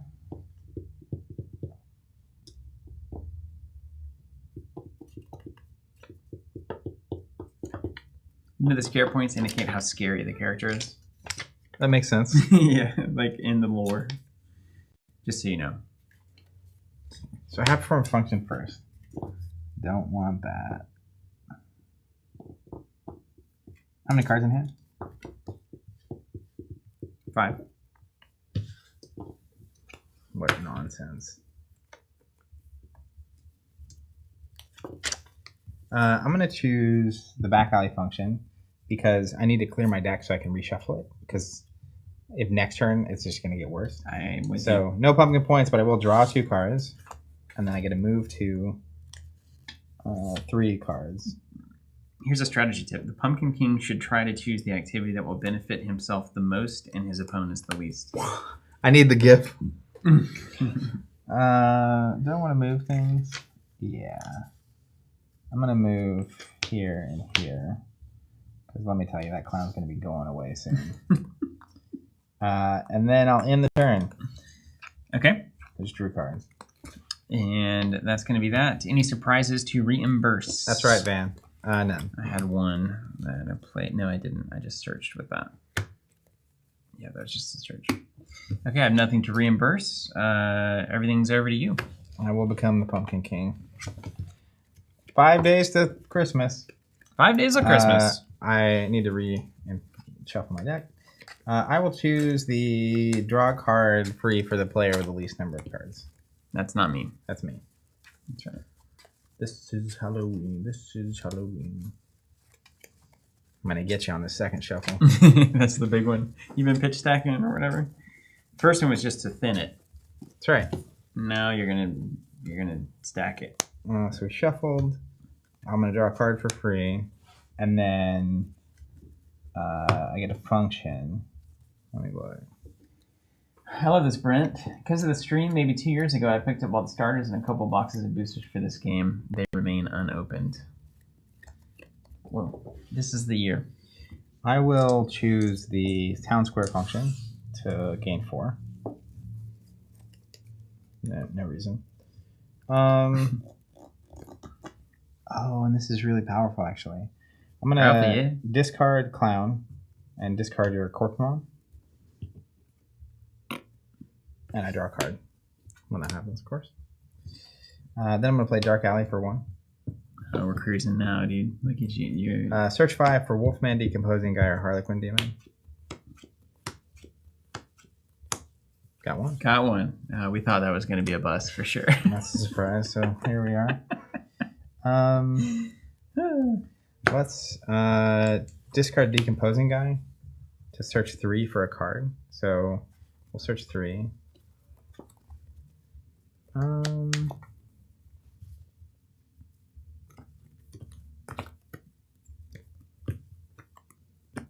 I'll get This is Halloween.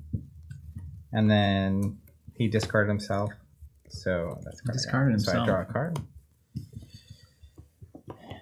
And did we say we can do something with characters who are already in play? That's what I was looking up. Yeah, that's what I was Yeah. looking up. It's got to be. It's got to be. Van saying, random question, where did you fellas go to college? I went to Oklahoma State University. And I went to Oral Roberts University here in Tulsa. That's a lot of fun stories from Zachary about that experience. If you ever get him in a bar one day, Not on a stream. not on a stream, I was Ask there him. at a super wild time, too. The founder's son was the president, and then went through some very dubious legal drama. Things were changing back then. Like Steven said, get a pint of dark ale in front of me, across the table, and prepare for the story. I can't find anything about this. All right, we'll just assume it doesn't exist. Correct me if I'm wrong, wasn't the deal your dad was involved in the ORU thing, right? Didn't he say that all of you he encouraged you all to go to ORU? I don't know, but was there an incentive to it? Did he pay for any of it? I really thought he did, actually. No. No, it's just my oldest brother went there first, and my dad was very pro that happening. But my oldest brother was a theology major, so that makes sense. You guys had a podcast for a while, didn't you? Yeah, still do, kind of. I had a baby, so I'm tired. You're tired, yeah. His schedule is already crazy. He has 4 children, and then me having a kid means that, and his youngest is now 9, so he's on a very different schedule than me as a human. Previously, when I didn't have kids, it was easy for me to be flexible, but that is challenging. Yeah, no. So what you can do is you can overwrite a version of a character with a different version of a character at a discount. But not the same version. Not the same version. No. Okay. Is it my go? No, not even. You close. still haven't even gone? Oh my gosh. Don't want to do that. Well, maybe.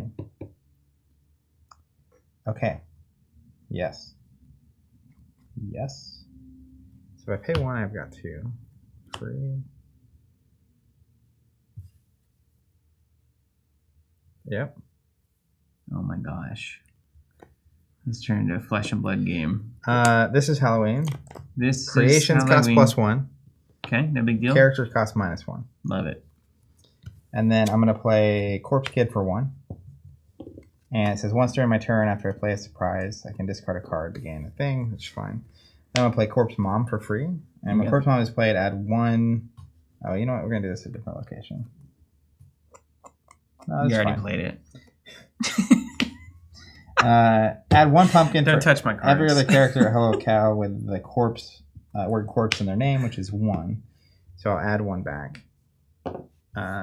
You see, you already know what it is.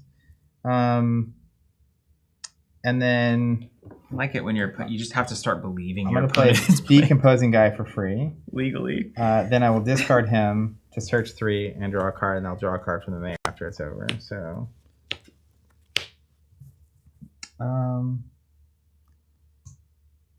let's get. Okay, I already have a Harlequin here now. Let's get Monster under the bed. I was gonna say, if you just get the Easter Bunny and you just try to shut out my laboratory, that's kind of interesting. Yeah. But don't do that. Oh God. I'm gonna play Corpse Dad. Did you draw your extra card off of your?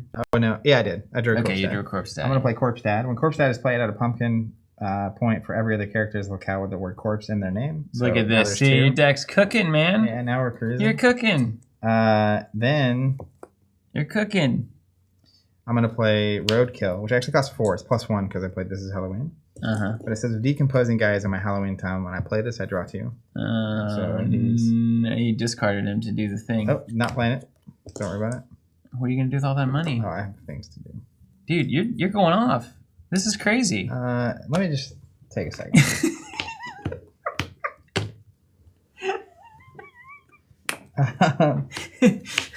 The combo deck is going off, dude. It's a 1-turn kill. Yeah. He's playing. He's playing every card in his deck right here. Boom, boom, boom. And then this gives me 5 money, and then I'm gonna discard. That's gonna draw me a card. I'm gonna search my discard pile. I'm gonna pull out this card. I'm gonna play this card. That's gonna grade me 3 Halloween Town bucks, and then I'm gonna play this creation. That's gonna reshuffle my deck. How many cards are in your hand?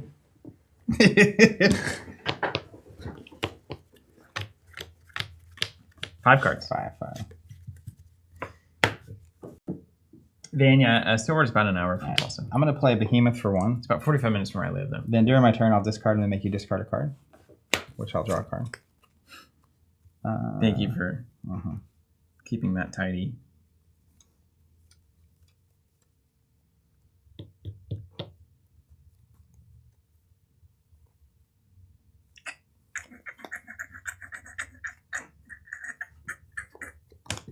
Okay. Then I'll pay 2 for Jack Skellington, the Pumpkin King, over here. What's this say? -1. -1 at Jack's house. Okay. Which I don't have. Then I'll pay 2 for Monster under the bed. Cannot move whenever a function at this location is performed. You may discard a card from your hand to add a pumpkin point. Also note, I played him at the location Scary Bed for theme.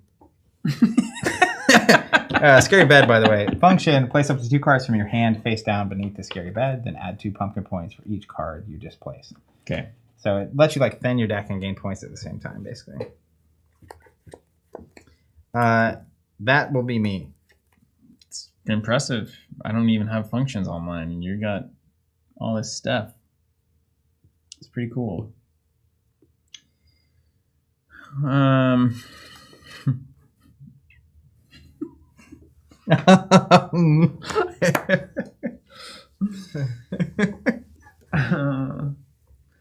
Danny, good night. Now this is nightmaring.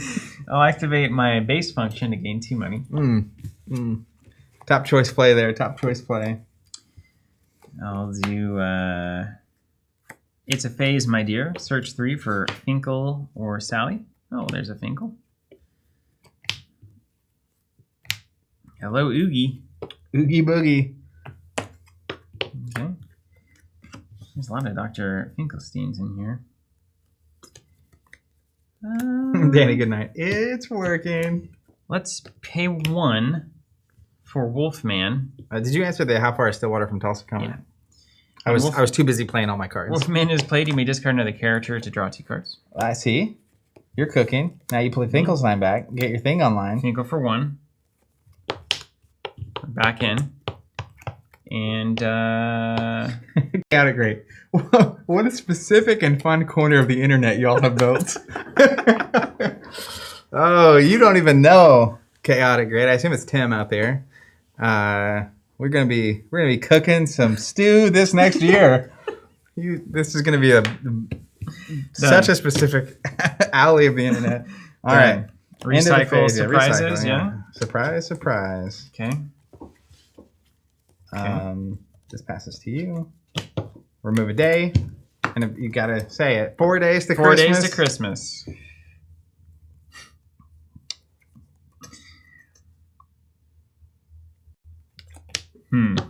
Okay. All right. We love it. Next up, we will decide to do one of the following. How many cards you got? 4. Dang. How many you got? I got 5. Oh. Oh. We're going to gain free money because I'm the pumpkin creation man. Would you like to discard to gain money? Yes. We're going to discard this wolf man. Okay. Then it goes to function time, yeah? Function time, indeed. Function time. Okay. Let's use our search 5 and add 3. I'm going to run myself out of deck here. And we will get... Oh, there's all my corpse people. The whole corpse family. Skeletal Reindeer. Well, imagine that. Oh, God. Lord Almighty. I'll play Skeletal Reindeer for 4 because Finkelstein is in the lab. That is unbelievable. It's just all the 6-cost creations with Finkelstein. I don't even know if I can get to as many points as you possibly will achieve. I don't get to draw a card because my deck is gone. Oh, great. But that's my turn. All right. I'm going to use the Town Hall. So we'll add 3 and draw a card. Ryan, actually, I think it is effectively leading to more throwbacks. I think we can say that safely. Yes. But in a way you've never considered possible. Andrew T. Harrison, what's up, man? A long time no see from Andrew Harrison. Joining a bit late. Happy holidays. I see the Skellington crew is in the house. That's right. Very good. That's actually, that's got to be the sequel shirt. The Skellington shirt. Skellington crew Happy shirt. holidays or whatever. Your face on Jack Skellington. That would be hilarious. I would like to see that now, actually. I need this in my life. All right, I'm going to play Roadkill Creation. Mm-hmm. My decomposing guy is in my Halloween town, which he is. I draw 2 cards. This Halloween. I'm going to play Bunny, the surprise. Search 4 for Behemoth and Easter Bunny. Missed. It's okay. Just card filter. You just say it with such... You're just so dispossessed. Missed. Let's count them up, dude. Let's see where we're at. Because you're not... It's not bad. 3, 4, 5, 6, 7, 8, 9, 10, 11, 12, 13, 14, 15, 16, 17, 18, 19. I'm 21. 21. So 18, 19, 20, 21, 22, 23, 24, 25. Yeah, only 4 off. we're in striking distance. Yeah, I can't. I feel like I can't go. I max out at 6 a turn. Like that's my best. I think you could go farther than 6 a turn in points. You'd have to start discarding and getting down to the discard pile. We're about to start cooking some things. I want to play Mummy Boy. So when the Mummy Boy is played, if the Corpse Kid is at his location, I can move 2 cards. So I'll move these 2 here. We're gonna start cooking some things. I'm gonna play Mummy Boy. That's right, Mummy Boy. And that cost me 1. So now I'm at 22. So I'm 3 points behind you technically. But that'll be me. That's it. End of turn. Okay, end of turn. I replace here. Yep. You've only been through your deck twice now, and I've only just begun. Yep. Pumpkin passes. How many cards are in your hand? 3 days of Christmas. 3 days of Christmas. 1, 2, 3, 4, 5. Oh, we're cooking. I'm on 4. Can't do that one because it's free for you. I'll choose the draw card option. This is Halloween. Larry said young Larry had an inordinate amount of NBC paraphernalia, could likely quote most of the movie. Really? So now we know. Lardog. Wait, where is that? It's above. It's on the chat list there.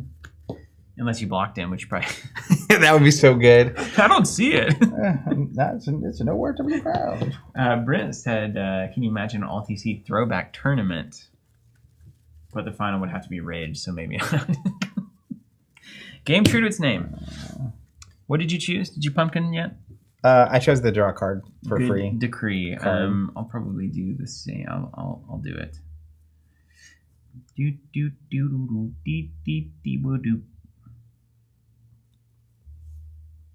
Let's see. Discard draw. Well, don't feel very bad.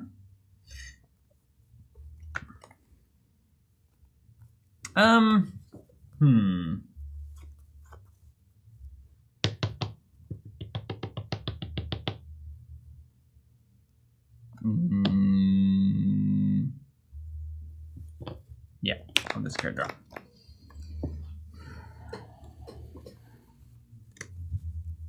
What else you got?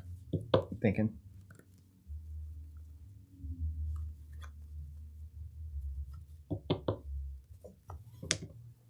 I feel obligated to tell you guys about Nightmare Revisited. Have you listened to that album? A bunch of different bands covering the Nightmare Before Christmas soundtrack. I know. I have not. Bring that on. It is 100% worth a listen. There's some really good covers of those songs. Love it. That's great. That's a good idea. I think Marilyn Manson covers This Is Halloween, and it's amazing. I can almost hear that, actually. Yeah, it's so good. This is...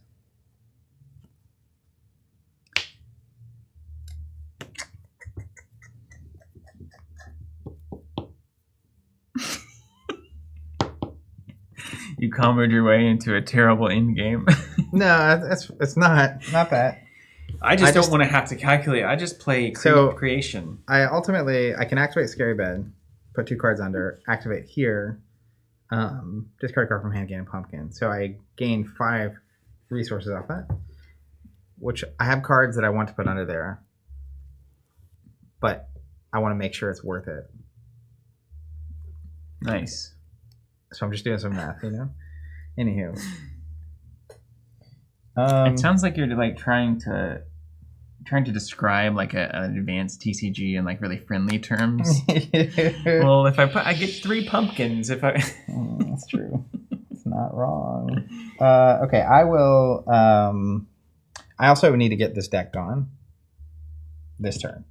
Okay. Because well, you can do it. Discard to draw, right? Yeah. You got it. Man's. I will. I'm gonna activate the fountain. So we're gonna get 3 pumpkins, and I'm gonna search for 1 character on the top 3. Nailing it. But we achieved the goal here. All right, I will pay 2. Let's go here. 2 for the Big Witch. And then I'm going to pay 1 for the Winged Demon. My gosh. And I'll pass to you. You're playing a character deck. Yeah. Sick. We got there. Sick. Ryan Rober saying your hand is festive. Yeah, it is. It is. It is festive. I just don't really know what to do with it. So in that way, I suppose. You don't have a lot on the board. That's interesting. I don't have anything on the board, as you can tell. I really need cards. I need to see. I've been searching away all my creations. When in Rome. I need to draw them on this next round. Yeah. When in Rome, game 3, search the top 5 for a creation there. See, these are the cards I need to be playing. Oh my gosh. Oh no. Uh-oh. The tide has turned it. Uh-oh. That's big. I don't know how many 6-cost creations do you have? That's all my points, man. And also, you can play multiple of the same creation, right? I hope so. Wait, did we decide? I think we discovered you couldn't do that last game. Oh, it's a little late for us to walk I that one back. think we discovered that. I'm almost certain of it now. It would make sense that it would match the character rules, yeah? I mean, you could build 2 of those things. 2 Skeleton, I suppose that's true. But there's only one standing. Each player may only have 1 copy of each creation in his Halloween town. There we are. Although each player is allowed to play the same creations that are in their opponent's Halloween town. Here, I'll do us a solid. Okay. Just assume you had the other one. I've had this for like the whole game. I wonder if... I assume if you were actually building and we knew that rule, you would not have 2 copies of that card in your deck, though? Unless you're trying to hit it early. Or you're trying to hit it, make sure you hit it. I can just see if there's a different 6 creation. Because you paid 6 for it. I guess it was -2. Yeah, it was -2. Okay, so 4, that works. Same idea. But next year... Next year, we'll remember. Mark... And I did just play a replacement creation, so I'll draw for the laboratory. Chris Gilbert. Geez, stepped away for a few minutes, came back, and the table is now carnage. This is Halloweenish. Okay, I mean, yeah. Whatever. Pay 3 for roadkill. Yep. All right. So you're at 6, 12. And I'll draw a card from the lab. 18, 22, 26. Oh my gosh. It's cool. That's yeah, cool. No, you good. End of turn? Yep. All right. I'm going to refresh the deck. Refresh the deck. This will pass to you. 2 days to Christmas. How many cards you got? 3. How? How are you doing that? Don't forget to take a day. Yeah. How is this possible? Okay. What's your choice, Pumpkin King?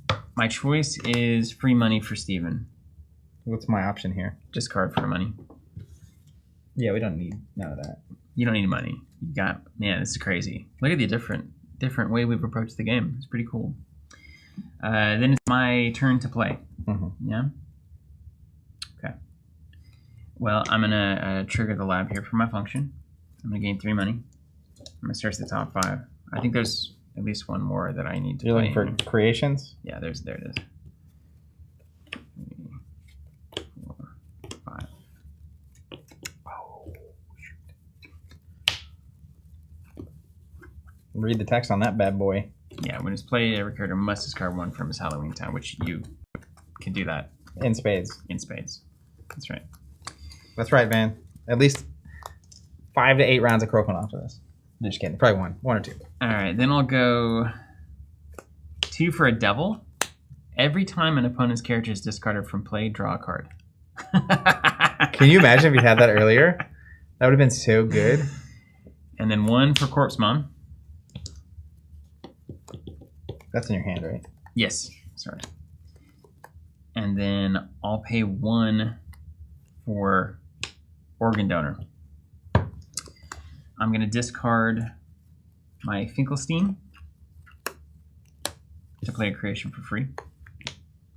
It's going to discard Corpse Mom because it's the wreath. Would you like to discard 3 characters to play a free creation? No.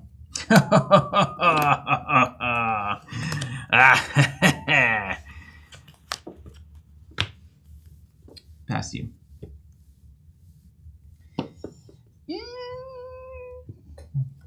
All right. I'll activate the gain 3 draw card.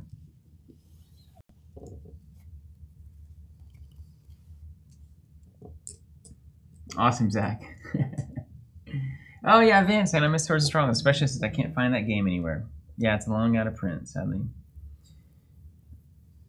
I'm gonna play Bunny. Looking for Behemoth and Easter Bunny. You've been nailing it so far. All right. You know what's great though? I love the search mechanic in this game. Flip them and check them. Yeah, flip them and dip them. That's it. Let's Pick that thing go. up.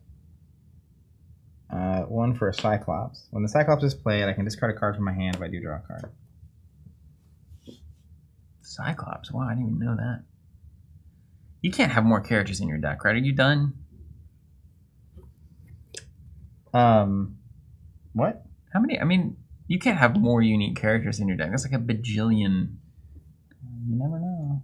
You can activate literally your entire board right now. Yeah, we don't ask questions.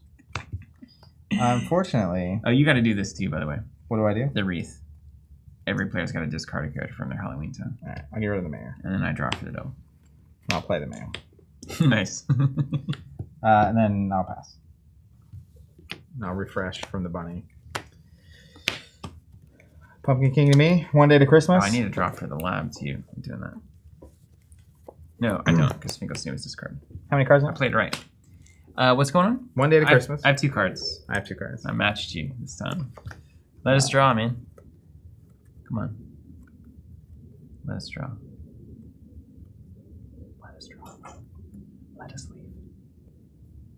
Let us leave. Brent, yes, I do draw for each discard that Zach does, but it's from the board. You haven't discarded from the board, have you? Just the one from the wreath. Uh-huh. Okay. I will choose... Remember the strategy tip.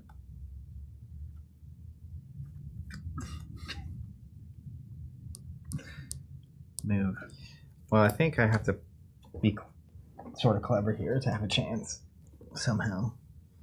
I will choose move a card. Nice. Free for the person with the most characters.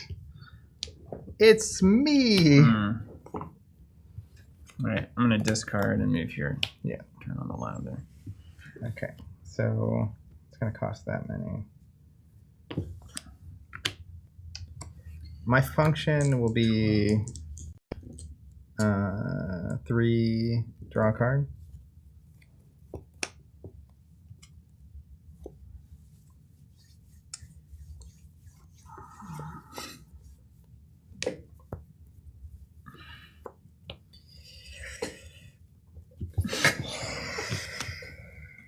All right, we'll try. That's probably a mistake, but here we are. I'm gonna play Dark Alley. What's it say? Well, actually, you know what? Wolfman decomposing. Do I have a Wolfman decomposing guy? Is he in? No, he's gone. He decomposed. Harlequin's in though. Okay. Oh, that's crazy. Now this is card gaming, man. This is card gaming. I don't care what you say. This is it. I think As I have good to as it wait- gets right wait here. on that. I'm just gonna play a takeoff ramp. Oof. It costs -2 because there's 2 other characters at the mayor's location. Can I get a count, please? A point count? Mm-hmm. 3, 4, 5,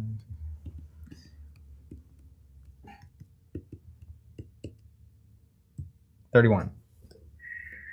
What are you at?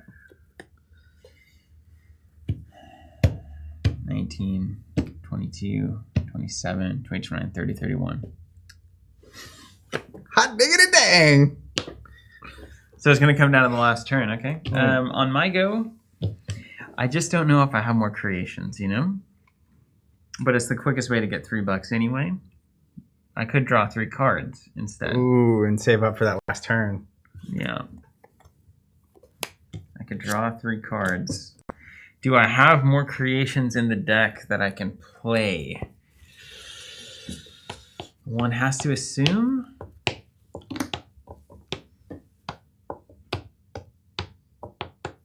If I draw 3, I do nothing this turn. It's all about next turn, though. If you don't have anything to do with your money, money's worthless to you. But if I can get a creation this turn, strictly. But you have to hit a creation. Yeah, I could potentially play it for 3 too.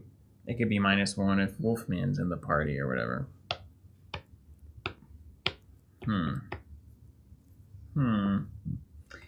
I think I've just got to draw 3 cards. Boy, that feels wrong. You know what? Actually, hold on, back up. Yeah. I think I'm on similar logic. Let me not play this yet.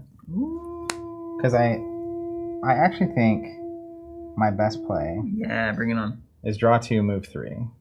So if I move these 2 and this one, now it's free because I'm not an idiot. That's same creation. Oh, right. I think So instead of getting money, much better. then I draw 2, Much and then better. I play this for free. Yeah, it just occurred to me. That's way better. Yeah, it is significantly You just better. get up 2 cards. I'm up 2 cards. Yeah.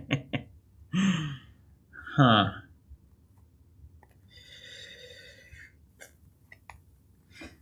Yeah, I'm gonna go for the because even if I draw 3, I won't have any money.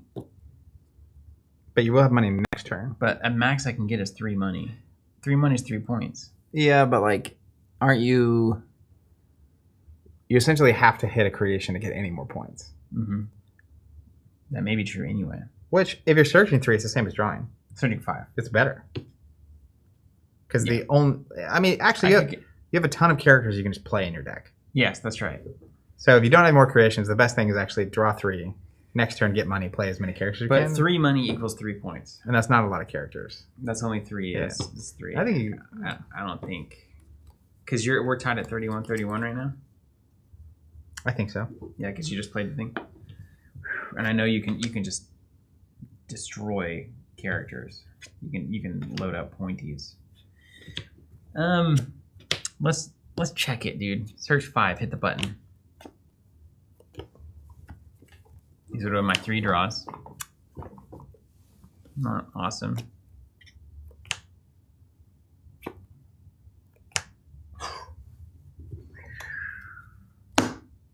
Gain 3 money. I will pay 1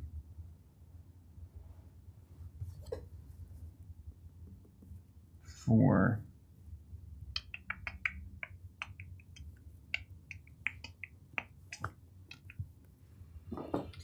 oh boy, oh boy, oh boy, oh boy.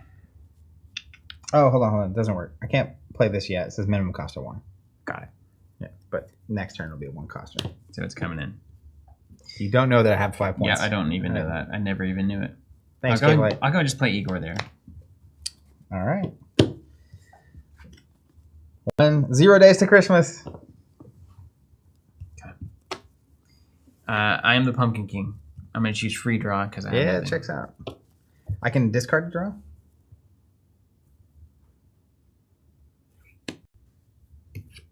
I will discard the draw. Yeah.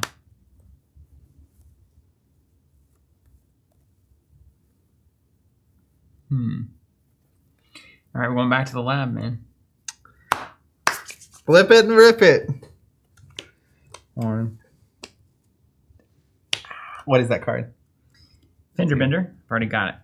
Okay. 3.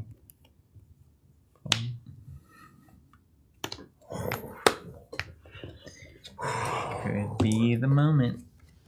Could be the moment. 3 money. You know what's really crazy?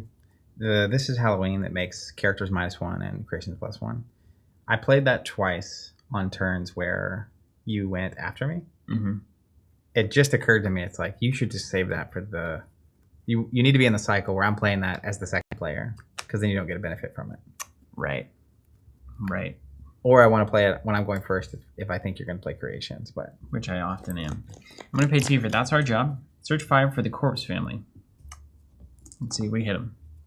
The whole family? Any of them. What? I need that in my deck. I know. Oh! Already have it. Already have it. There's a Corpse Dad. So That's a point. It wouldn't have mattered here. We need to look through and see if we before we even leave this stream, we should just look through and see if we can find other creations that cost anything. Corpse Dad for 1. That's it. All right. Puts me at 33 points. 33. Mm-hmm. And I'm at 3. You're about to be at 31 if you play the creation. 26. So I need to get 5. I need 8 points. Well, you got the 5. Include the 5. 5 for 1. Yeah, 5 for 1. 5 for 1. So I need to choose my function. Do you have a 4 money function? Oh, you do have that weird bed Well, card. there's 4 here or 5 here. Ooh. Dude, it's going to be tight. All right, I'll just choose game 4. It's tight.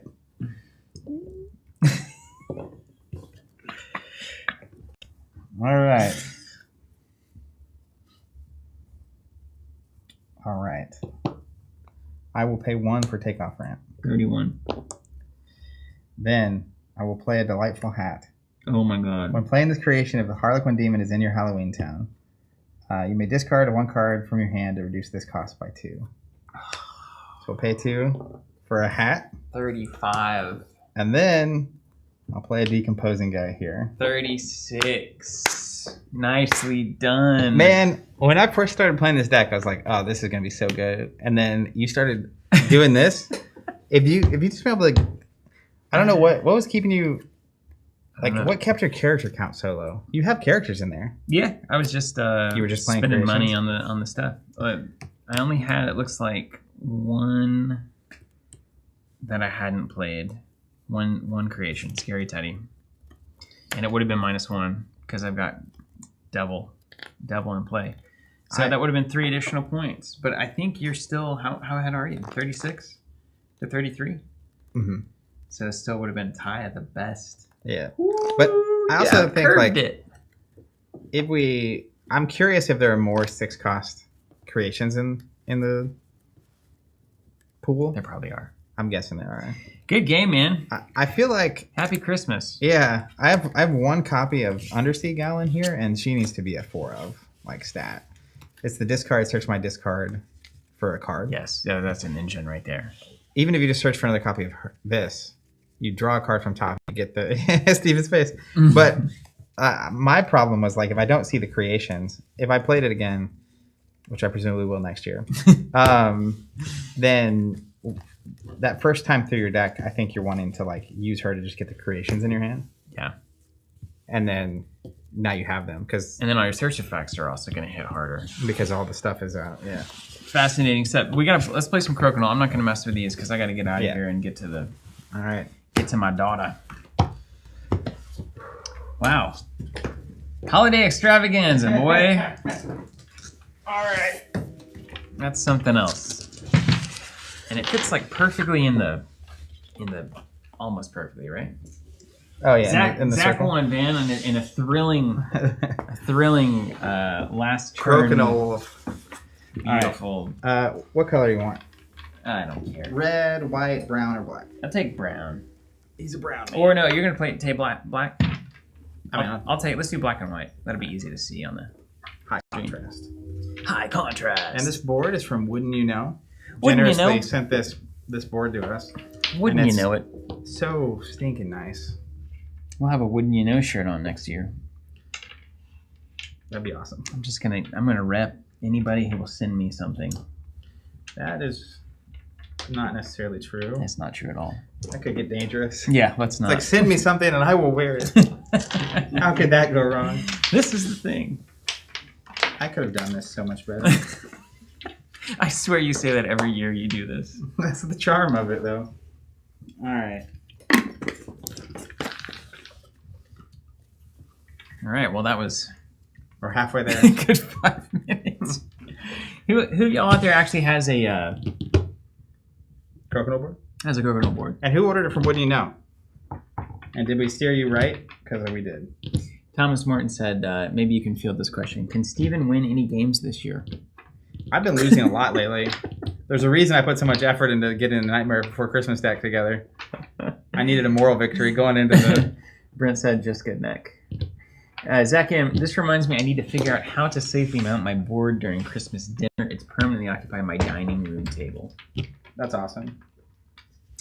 The Mr. Frick, how much alcohol have each of these guys had?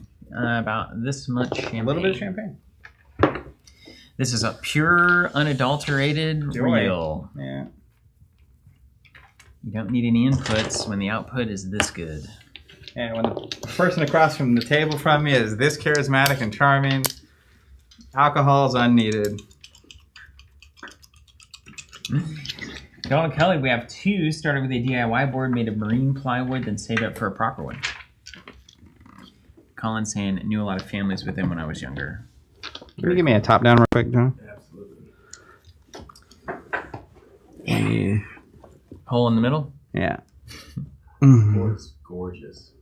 It is great. Boom. I almost said. That was almost a catastrophe. I'm going to raise it a little so the logo is not cut off. If you truly had done that, yeah. I think that probably would have been the hardest I will have ever laughed. I mean, it was so close to happening. It's almost funnier for me to imagine. Yeah. Imagine it. You just see me go straight to the ground. All right. You want to do warm-ups? No. All right. You want Playing to 1,000. I'll give you the honor of going first. So, if you're unfamiliar with Crokinole, we each have, I think, 12. It's got to touch the back line. Is that right? Anywhere on the back line? So you have 1 spare. Do we need to sand this thing? No. I do need to. Hold on. Let me go get the cloth. Yeah, hold on. Yeah, she's a dusty board. Quite dusty. Okay, so anybody who doesn't know, this is essentially like shuffleboard except a concentric circle. So it is the puck color that is closest to the hole scores, and everything that is within the closest, basically before your opponent's puck, will score. So if I had 2 here, and Zach had 1 here, and I had 1 here, these 2 would score. This would not score. This would not score.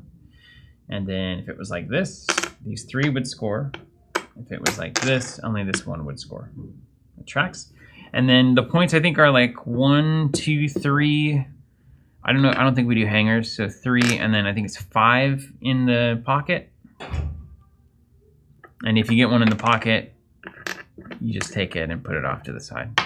If you are shooting a puck and one of your opponent's pucks is on the board, you must make contact with one of your opponent's pucks on your turn. So if Zach's there, I can't do that. But if I'm here and I hit his puck, then I stay on the board. So anytime I make an illegal play like this and I don't make contact, this puck is removed from play. So basically, once somebody gets a presence on the board, at that point, it kind of all the action centers around hitting those pucks back and forth. And I reckon that's it. And I think that's really just to prevent people from constantly shooting towards the middle, because there could be people that are just really good at this. I am not one of those people, but they exist and they're very fun to watch. I'm gonna practice while Zach's out. Oh, you're getting lined up.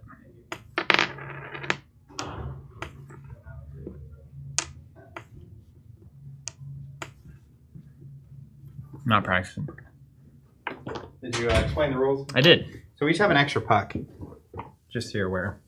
On purpose? Stephen, you were demonstrating. It's like a spare. It's demonstrating. Yeah, that's right. So I'll send one. Yeah. Can't have Beer anything. and board games is apparently what we're reminding Mr. Frick of. Beer and board games? Is that like a channel or something? Yeah. They have like an actual like theme. Yeah, unlike I suppose. chaos incarnate. Okay. All right, you ready? I'm ready. You can go first. I'll give you the honors. Here we go. Woo! Hot dog. I didn't hit your puck, so it goes away. I can hit my own puck, but it knocks it out.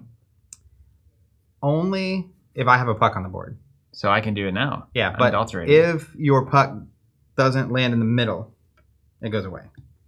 Like not in the middle, but in the circle. Right. Like if you hit here and it bounced, oops, and it bounced out, it would go away. Okay, right. So I'm just gonna try to drill mine in a little bit. Yeah, definitely. So you pull that out and you get 20 points. That's 20. I thought it was 5. Put that on your laptop or something. Yeah. The other one stays, so now 20. I have to contend with that. 20 points, dude. You're done. You're doomed. Yeah, definitely.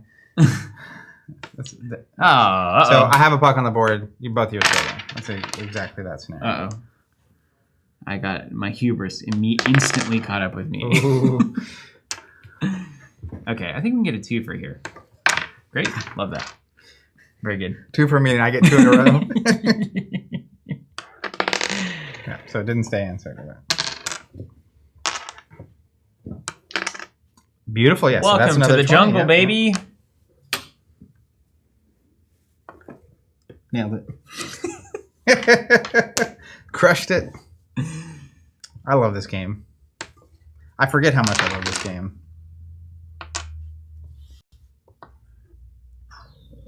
I gotta drill that thing out of here. Yeah. Kind of works. That's pretty good. So normally... I'm closest putt currently. Don't mind me. It's getting serious in here. Laptop's out of here. So does that black puck in the second ring go away now, or does it stay on? It stays on the board. Okay. The only way it goes off at this point is if Steven knocks it out. Okay. It has to be on the outer line.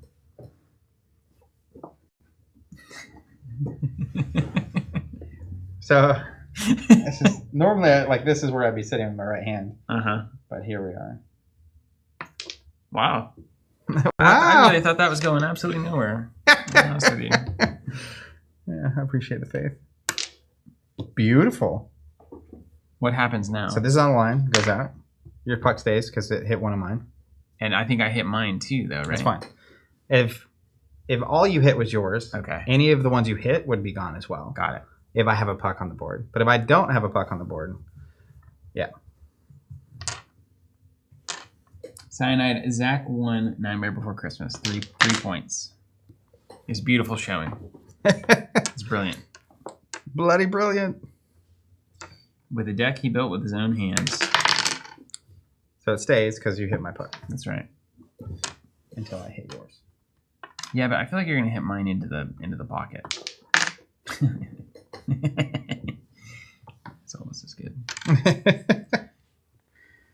You have 2 scored. That's so good.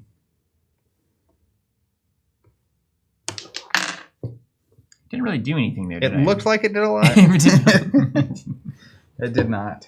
Alright, so I'm just gonna try a little. Is it on the line or are we good? You're in. Alright. You're in. Yeah, it's inside the ring. So You're in grade one. Oh yeah, I can look at the camera. Look at it's clear. It's like an instant replay in an NBA game. Could you see it? Very specific. Crystal reference. clear. I haven't watched an NBA game in a hot minute. Ever since Michael stopped playing. Yeah. And we don't count the Wizards' years. What was that about? Not in my house. He was part owner, and it just prints money. He was trying to coach the younger players. Yeah. He didn't play though, did he? He did. He played for the Wizards for 2 or 3 years. Was that after all the Bulls stuff? Yeah. So he retired in 98, and I think it was 2000 or 2001. He played for 2 or 3 years for the Wizards. Okay. Was he not very good? He was good. It's like a He was Mike not Tyson Jordan. situation. No, not that bad. Okay. He was definitely not Michael Jordan in prime, but he's very respectable stats. Well, okay. That's pretty cool. And obviously ticket sales were You got one more puck? 2 more. Yeah, okay. Ticket sales Yeah, were ticket crazy. sales were massive. It's like, here's your last chance to see Yeah. any glimpse of MJ. This is a hard angle. Yeah. You've got me stuck. I need to fill myself with doubt before I perform. That's right. It's your fuel. I don't have any more. I ditched one because it was an extra. Did you ditch your extra? No. Okay. Okay, so that's the end. So you're on the line here. Slides out. These cancel. Oh, I said this wrong. I was just scoring it like shuffleboard. Everybody in the chat was right. Oh. So They were like, we play differently. It's like, yeah, you play right. This is 10, this is 5. Yeah. So I'm going to slide you down. I'm going to do the same here. So we're each losing 5. We're each losing 5. These are going to cancel each other. What kind of... You just cast a spell? It's worth 5 each. So if I take one of yours and one of mine, I can slide them down. Yeah. We both lose 5 because they cancel each other out. They're 5 each? I thought it was 1, 2, 3. Well, it's 5, 10, I explained 15, the game completely wrong, by the way. Then. Like... So it's in here's 20.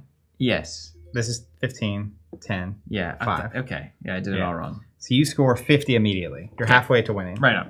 Love it. Okay. Well, good. Dude, this could be your year.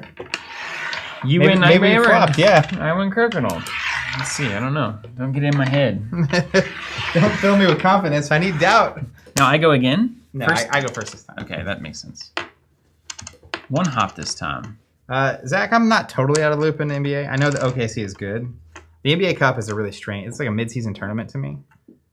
Is that a Mario Not thing? to me. It's a mid in the middle of this season. They have like a elimination tournament. It's like a cup, which is fine, but it just feels weird. I don't know. I'm old. I'm tired.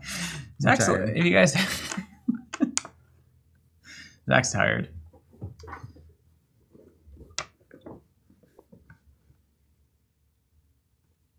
You still eating oats? Every day. How do you find time for oats when you're being a father? Oats are very time efficient if you make overnight oats in batches. Mm-hmm. I just want to give you a chance to. I love oats. Uh-oh.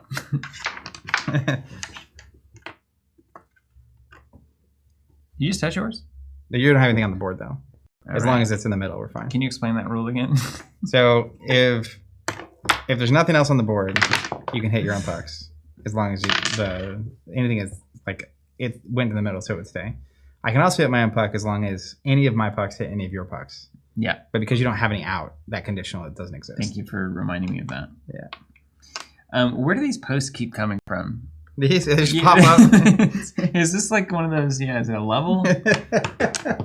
I swear they're not there when I'm shooting. That's so funny. Holy smackaroli. I lost the camera on that one. I almost lost an eyeball. All right, so now you have a puck out, so I got to hit it. Mm-hmm. It's got to be inside the line. Yeah. I think it's touching that line, yeah.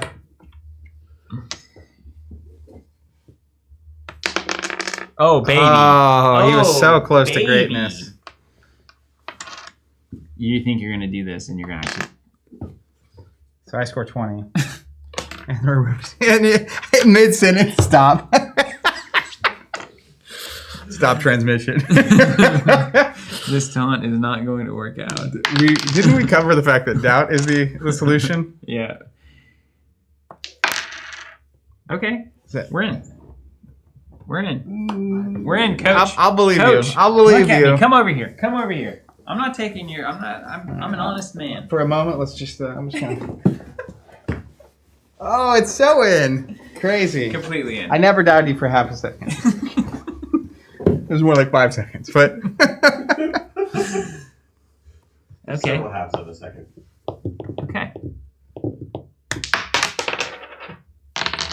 Take it easy on my pucks, man. Hey, man. It's like they dishonored your family. Cool. Okay. That's going to be a pain in In the keister. the keister. Come on. You're not supposed to be good. What happened? You've been practicing? I know. I led with doubt. Wow. Speaking of good. John's face. I wish. Wow. Wow. That guy. There's no way I can thread this. No, you can't. It's just a straight line. It's right there. Yeah. Easy. That's the better shot, though. Okay, now we're just playing little slapsies, and you've got 20 on me. I feel like it's going nowhere. Wait, you just keep pulling pucks. Oh, these are your new Those pucks? are the new What are pucks, you yeah. doing? Pulling them out of the ditch. I don't run out. We could play forever. We just keep recycling pucks. I guess we should, right? No, wait. The game would never end. Oops. Until you dunked them all. Yeah. Dunk 5, I guess. That's kind of fun. That was a good shot. That was a very good shot. Yeah. I know a good one when I see it. That was not. That was not. Oh, this Here is we your go. chance. Here we go. This is your chance, Steven. Put baby in the middle. There's no way I'm going to make this shot. I'm terrible at this game. Everything's bad. Doubt. Beautiful. Okay. Are you out? No, not according to these. Are you? This is my last one. Did you start? I think like you had a couple over here that I slid over. Okay, that's why I was very that's fine. surprised. That's fine. I did start. So you should have one more after me. Like I have this one, you have one more. Okay, got it. Oh, Woo! no. Okay. You have all your things on the spinny side. That's so dangerous. Yeah, I like the spinnies. Yeah. Mhm. Talk about chaos. Okay, so You just have to hit my puck. Yeah, and that's what I should be doing, right? Yeah. And not doing that would be problematic. The worst thing you could do is miss mine, hit yours. That's fine. It's okay, fine. so It's these not great, cancel. though, I have 20. You have 15. That's right. So I'm 5. I get 5 points. You have 50. It's subtractive. Got it. Yeah. There's a name for that style of scoring. So you're at 5 and I'm at 50. That's right. So far, so good. And now you go first this time. And are we down a puck, right? Am I? Like I put one to the side. Yeah, you should have 12.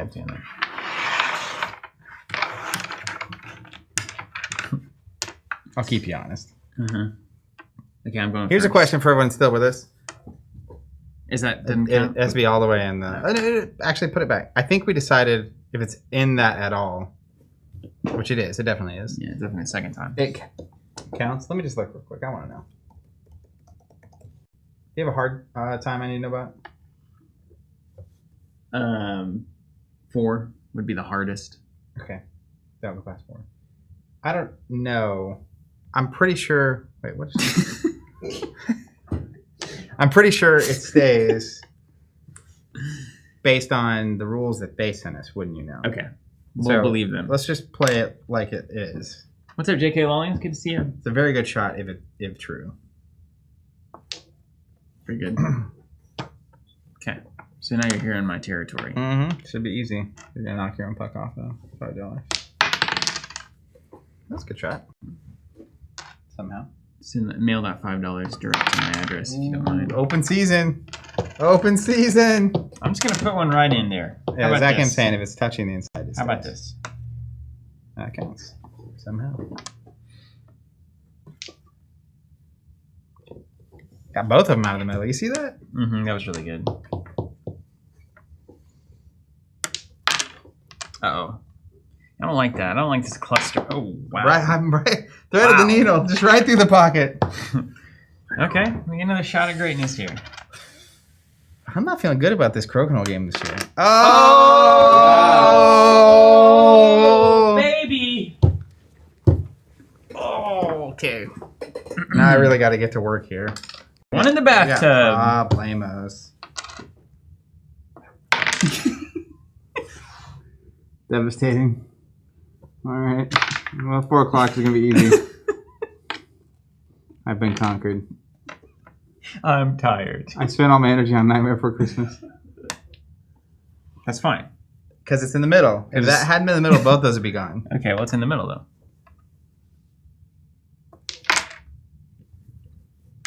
Are you keeping track of how many pucks? I got you. The question I was going to ask everybody out there listening, what's your favorite? It doesn't count. It's unfortunate. If it had even just grazed, I was trying to graze it. I wasn't even trying to hit the pocket. That was the best shot of the day for you, minus the fact that it doesn't count. Favorite Christmas, or I think like holiday song, favorite Christmas song. I'd be curious. We've been playing at the office for a couple weeks, and some of our team are ready for it to be January for some reason. I don't know. Unrelated to the music. Oh, wow. Can you imagine? Devil, I can. I saw would it have retired if you'd have done that. I'm out. I can't compete. What am I supposed to do? I guess that's the whole point of the game. Zach M says, you hit one of my pucks? Yeah, but mine went right back off. Sleigh Ride, the instrumental version. I think we're talking about Peanuts earlier. How many you got left? 5. So you have 4 left. I have 4 left, okay. The Charlie Brown Christmas music. Excellent. There was a YouTube, little documentary or whatever about that. Apparently, it's like a truly stunningly good jazz album. Like the players on it are like super advanced and it was like composed in a. I've been putting that on in the mornings when I'm hanging out with Lily. Colin, I did get robbed. I feel like I have to. Man, so bad. So you've only got that's 20, and I've got 25. So I'm down 15 right now. Like I want to thread the needle, but I'm just getting rid of 5 points. Thread it. And that's so risky. You got to touch him somehow, don't you? Well, I can just like knock it off to the side. It's just a really like if I try to do this and I miss and I hit this, I lose both of them. Yeah. So I'm risking a bunch for very little. But You're going to knock the next 4 pucks off of the... No, you're going to try to hit my stuff. Oh, right. I see what you're saying. Yeah, but I think I'm just going to try to... That's fine. So I knocked one of yours out and lost one, but I got to check the 10. Beautiful. Yeah, I love that. Love that play. I love that for me. Love that play. Yeah. Just keep doing that. Like, hit this and knock it in. Well, I'm in my own way here. I got 99 problems. Don't. If you hit that post, this could be bad. I won't hit the post. That's not great. Does that count for me if I touch it? That counts for me. Oh, bummer. Yeah, so you're 20 over there. You can just put in the dish. I definitely meant to do that because I didn't understand the rules. It was. I mean, you removed a 15 of mine. That's true. Turned a 15 into a 20. 0 into a 1. Yeah. You got 1 left? 2 left. And I've got 2 left. Yeah, because you're ahead of me. Like you went first this time. Mm-hmm. Obsidian Sand was it was I that got robbed. I really want to try to get... Brent's saying, how can it not be Wonderful Christmas Time by Paul McCartney? That's been a topic of conversation in the office. We have some anti-fans I can't stand that song. of that song. Can't stand that song. No, Steven's one of them. Well, it's got to be the laziest Christmas song ever made, right? You have 1 puck left. That's aggressive. That absolutely is not true. The laziest song ever made. But doesn't he just say, like, isn't that the only words? I mean, simply. But isn't that the only words? I don't know, man. I mean, you may as well, Feliz Navidad's got more going on than that. Tequila's got more. Now, I feel like what I was about to do is maybe not right. I need to send you. Just send it. I just need to send it. If you could do the trick where you knock my thing in the middle, hey, you did it. Alright, so presently you would be scoring 20. It's my last puck, so really I need to... Did you just like hit here and try to sink you? I think so. But you can't, though. Come on, right? I don't know. There's no way you can make that. Booty, booty, booty.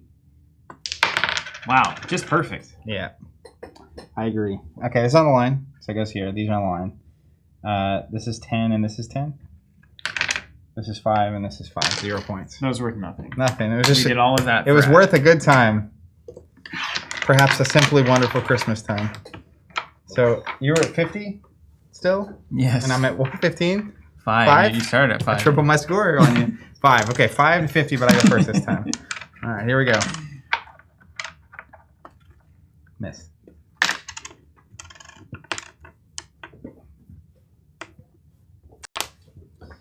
How do you feel about the NSYNC Christmas album? Never really heard it, I don't think. How do you feel about me being awesome at Crokinole this year?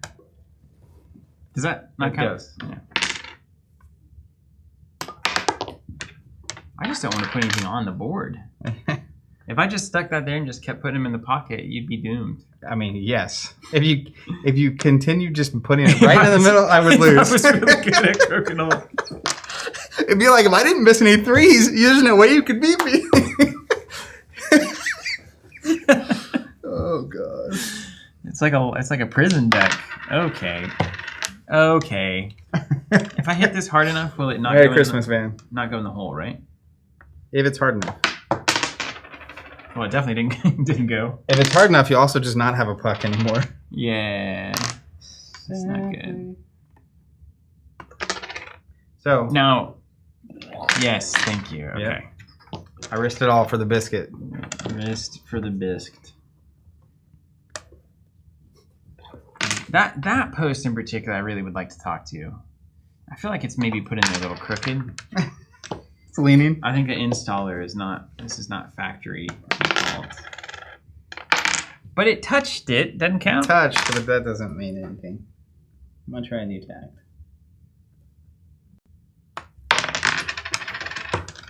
This is like that pro Crokinole video that was shared to the Covenant Discord. Just like it. Yeah.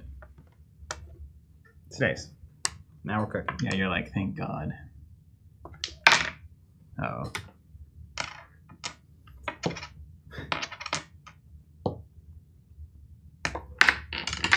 How many you got? How many I got? Who's doing what? I get the last shot? I went first. You get the last shot. I've got 4 left. Okay. Yeah, 4 left. Cheers. Yeah. If that post wasn't there, I would have nailed it. I need to take this board home this Christmas and practice. No, you don't. You really don't. Dang it. That's like the worst spot. I know. I think I've got plenty of time. Technically, if I was like over here, but because of this table, like Come I can't. on. Like I would want to bounce that off of that, but I can't. Yeah, not yeah, happening. true. So we're Do gonna these play. lines matter? So that's for 4-player. Oh, okay. So we can just do anywhere on the outside? No, this is where you stop. Okay. This is your zone, but this is like another zone for. But I can go over the line like this? as long as it's touching. you. Okay. Okay. That's what I've been like, really trying to hang over here. I've got enough practice on this shot. Enya has a Christmas album. Okay. It's your last puck? Uh-huh. The final puck, and then I'll get to try to sink one. No, he didn't. He's a Croca god.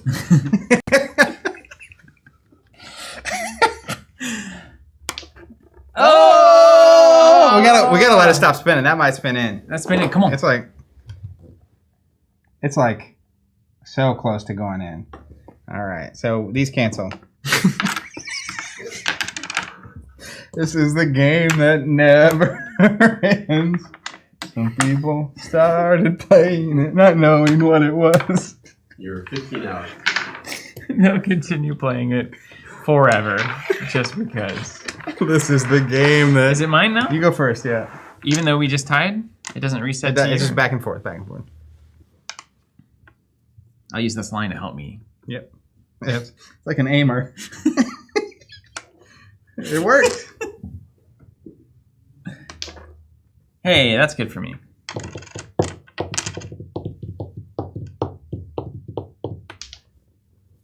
That works. That doesn't. Nailed it. Uh-oh. Uh-oh. You're going to nail it the first time. Just Yeah. infuse it with doubt. Infuse it with... that Counts.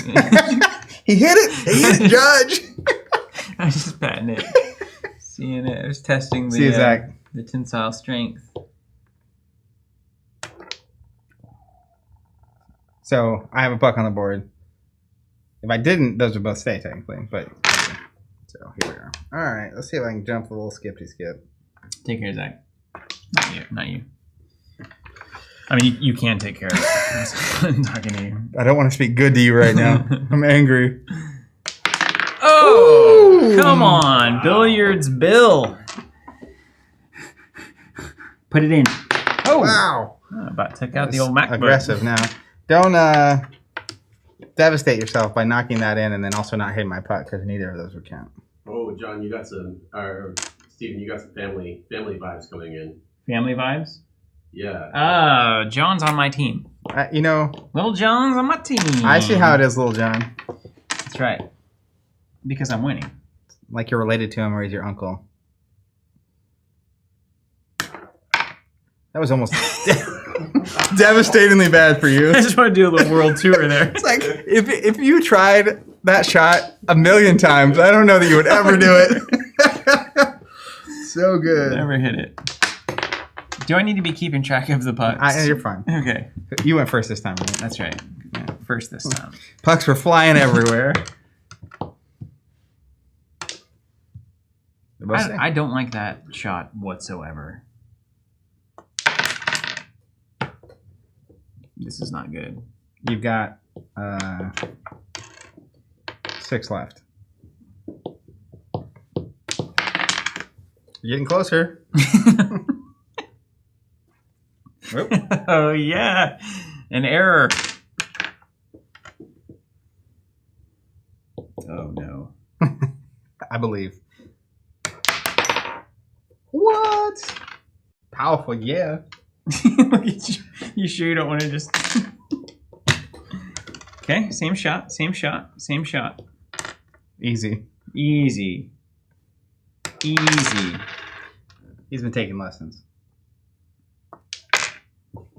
3 left.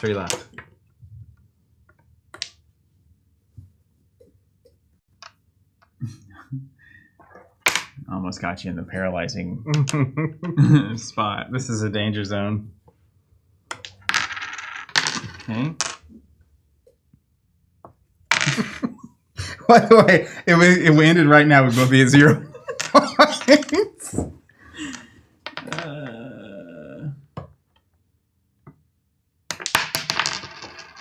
That really worked out.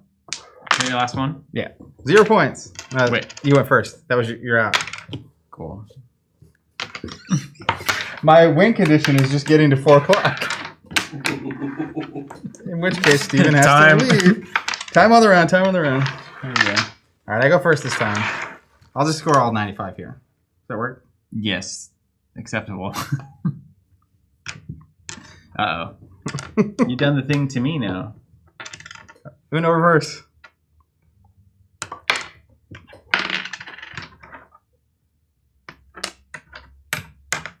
I see. If I take him out of the tray... You know exactly how many you have left. I see. This guy is thinking. This is a thinking I've got guy. an idea. Beautiful. Beautiful.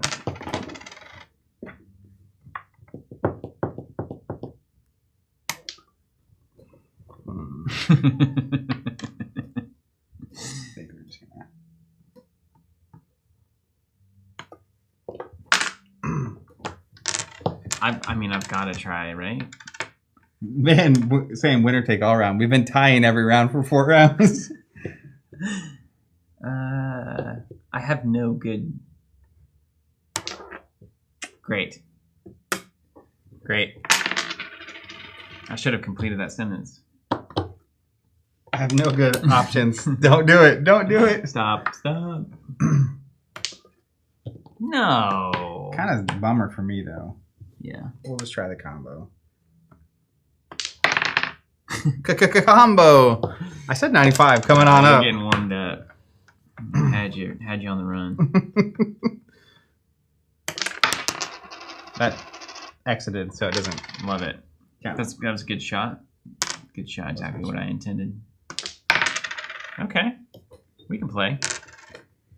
We can play there. We can play.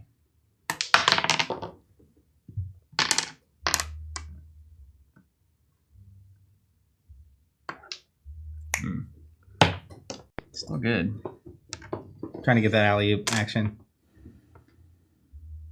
This is just kind of a put it in God's hands situation over here. I can't really see anything. But I think we know. We know. That works. The Lord delivers. I'm going to wait for a stop spin. Thank you for clarifying that. Okay. And then, right, we don't. I know it happened. I'm smelling a tie. No way.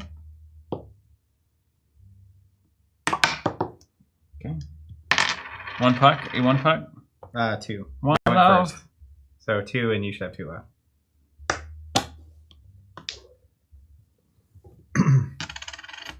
One puck.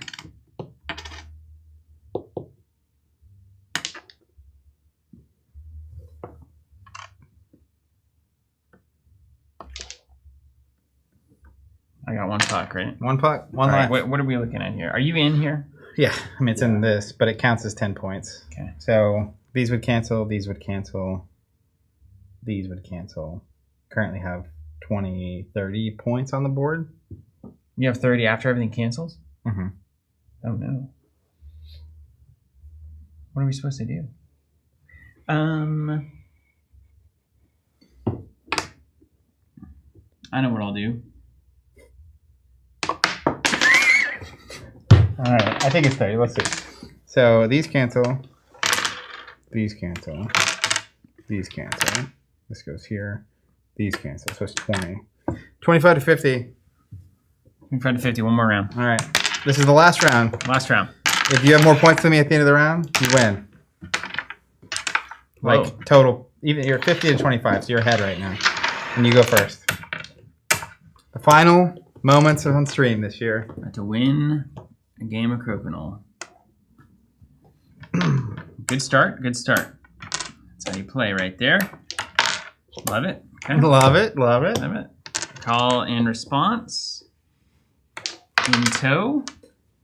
Okay, creeping outside. Not great. Okay, we need to ricochet this bad boy into the middle. Okay, love that. Beautiful. Good, good, good. Uh-oh. Don't hit the pole. I won't.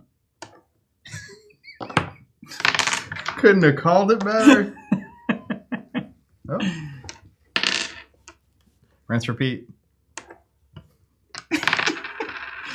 Dang, man, you're in my head. That counts? Yeah, it went in the middle. Ooh-wee. Have you seen the movie Coco? Yes. I watched that recently on the way home from Charlotte. That's how you play Crokinole, my man. That was a good shot. I'll give you a 5 on that one. And they shouldn't be allowed to show movies that sat on a plane. Oh, it's so good. It was an incredible movie. There's no crying on an airplane. That's right. I had to pause it a few times. Oh! Bow, bow, bow, bow! Bow, bow, bow, bow! We're in the game, baby! Bow, bow, bow. All right, over to you, baby. That was incredible. Wow. That was an all-star shot. Yeah, Best ever. I'm gonna sit at home and watch that every play. All Christmas. All Christmas. Hey, kids. Literally, go to like the family in-law Christmas or New Year's Eve, and it's like, hey, pull up on the TV. Like, watch this, watch this, watch this. I think I can get both of these. I think you forgot. It wasn't wrong. I wasn't wrong. Down is your feeling. I didn't do it, but I think I could have. Come on, man. Come on, man. I'm 25 down. I gotta bring the heat. Oh, that's fortunate for old Stevie. Ah.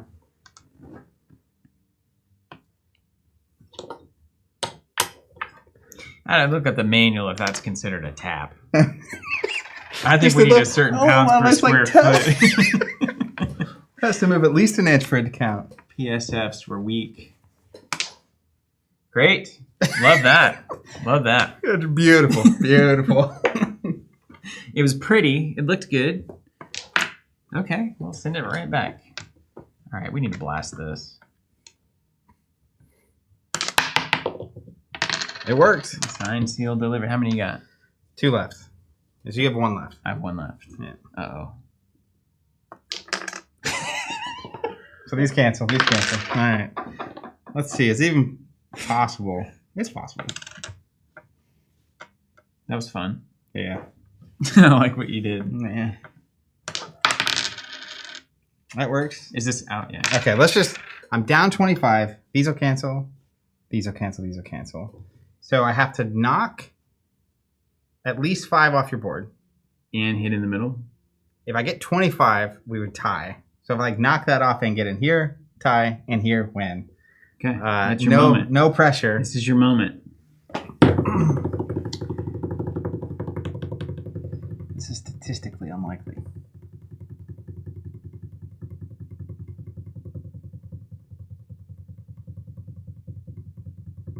Is there any way? I'm just going to go for it.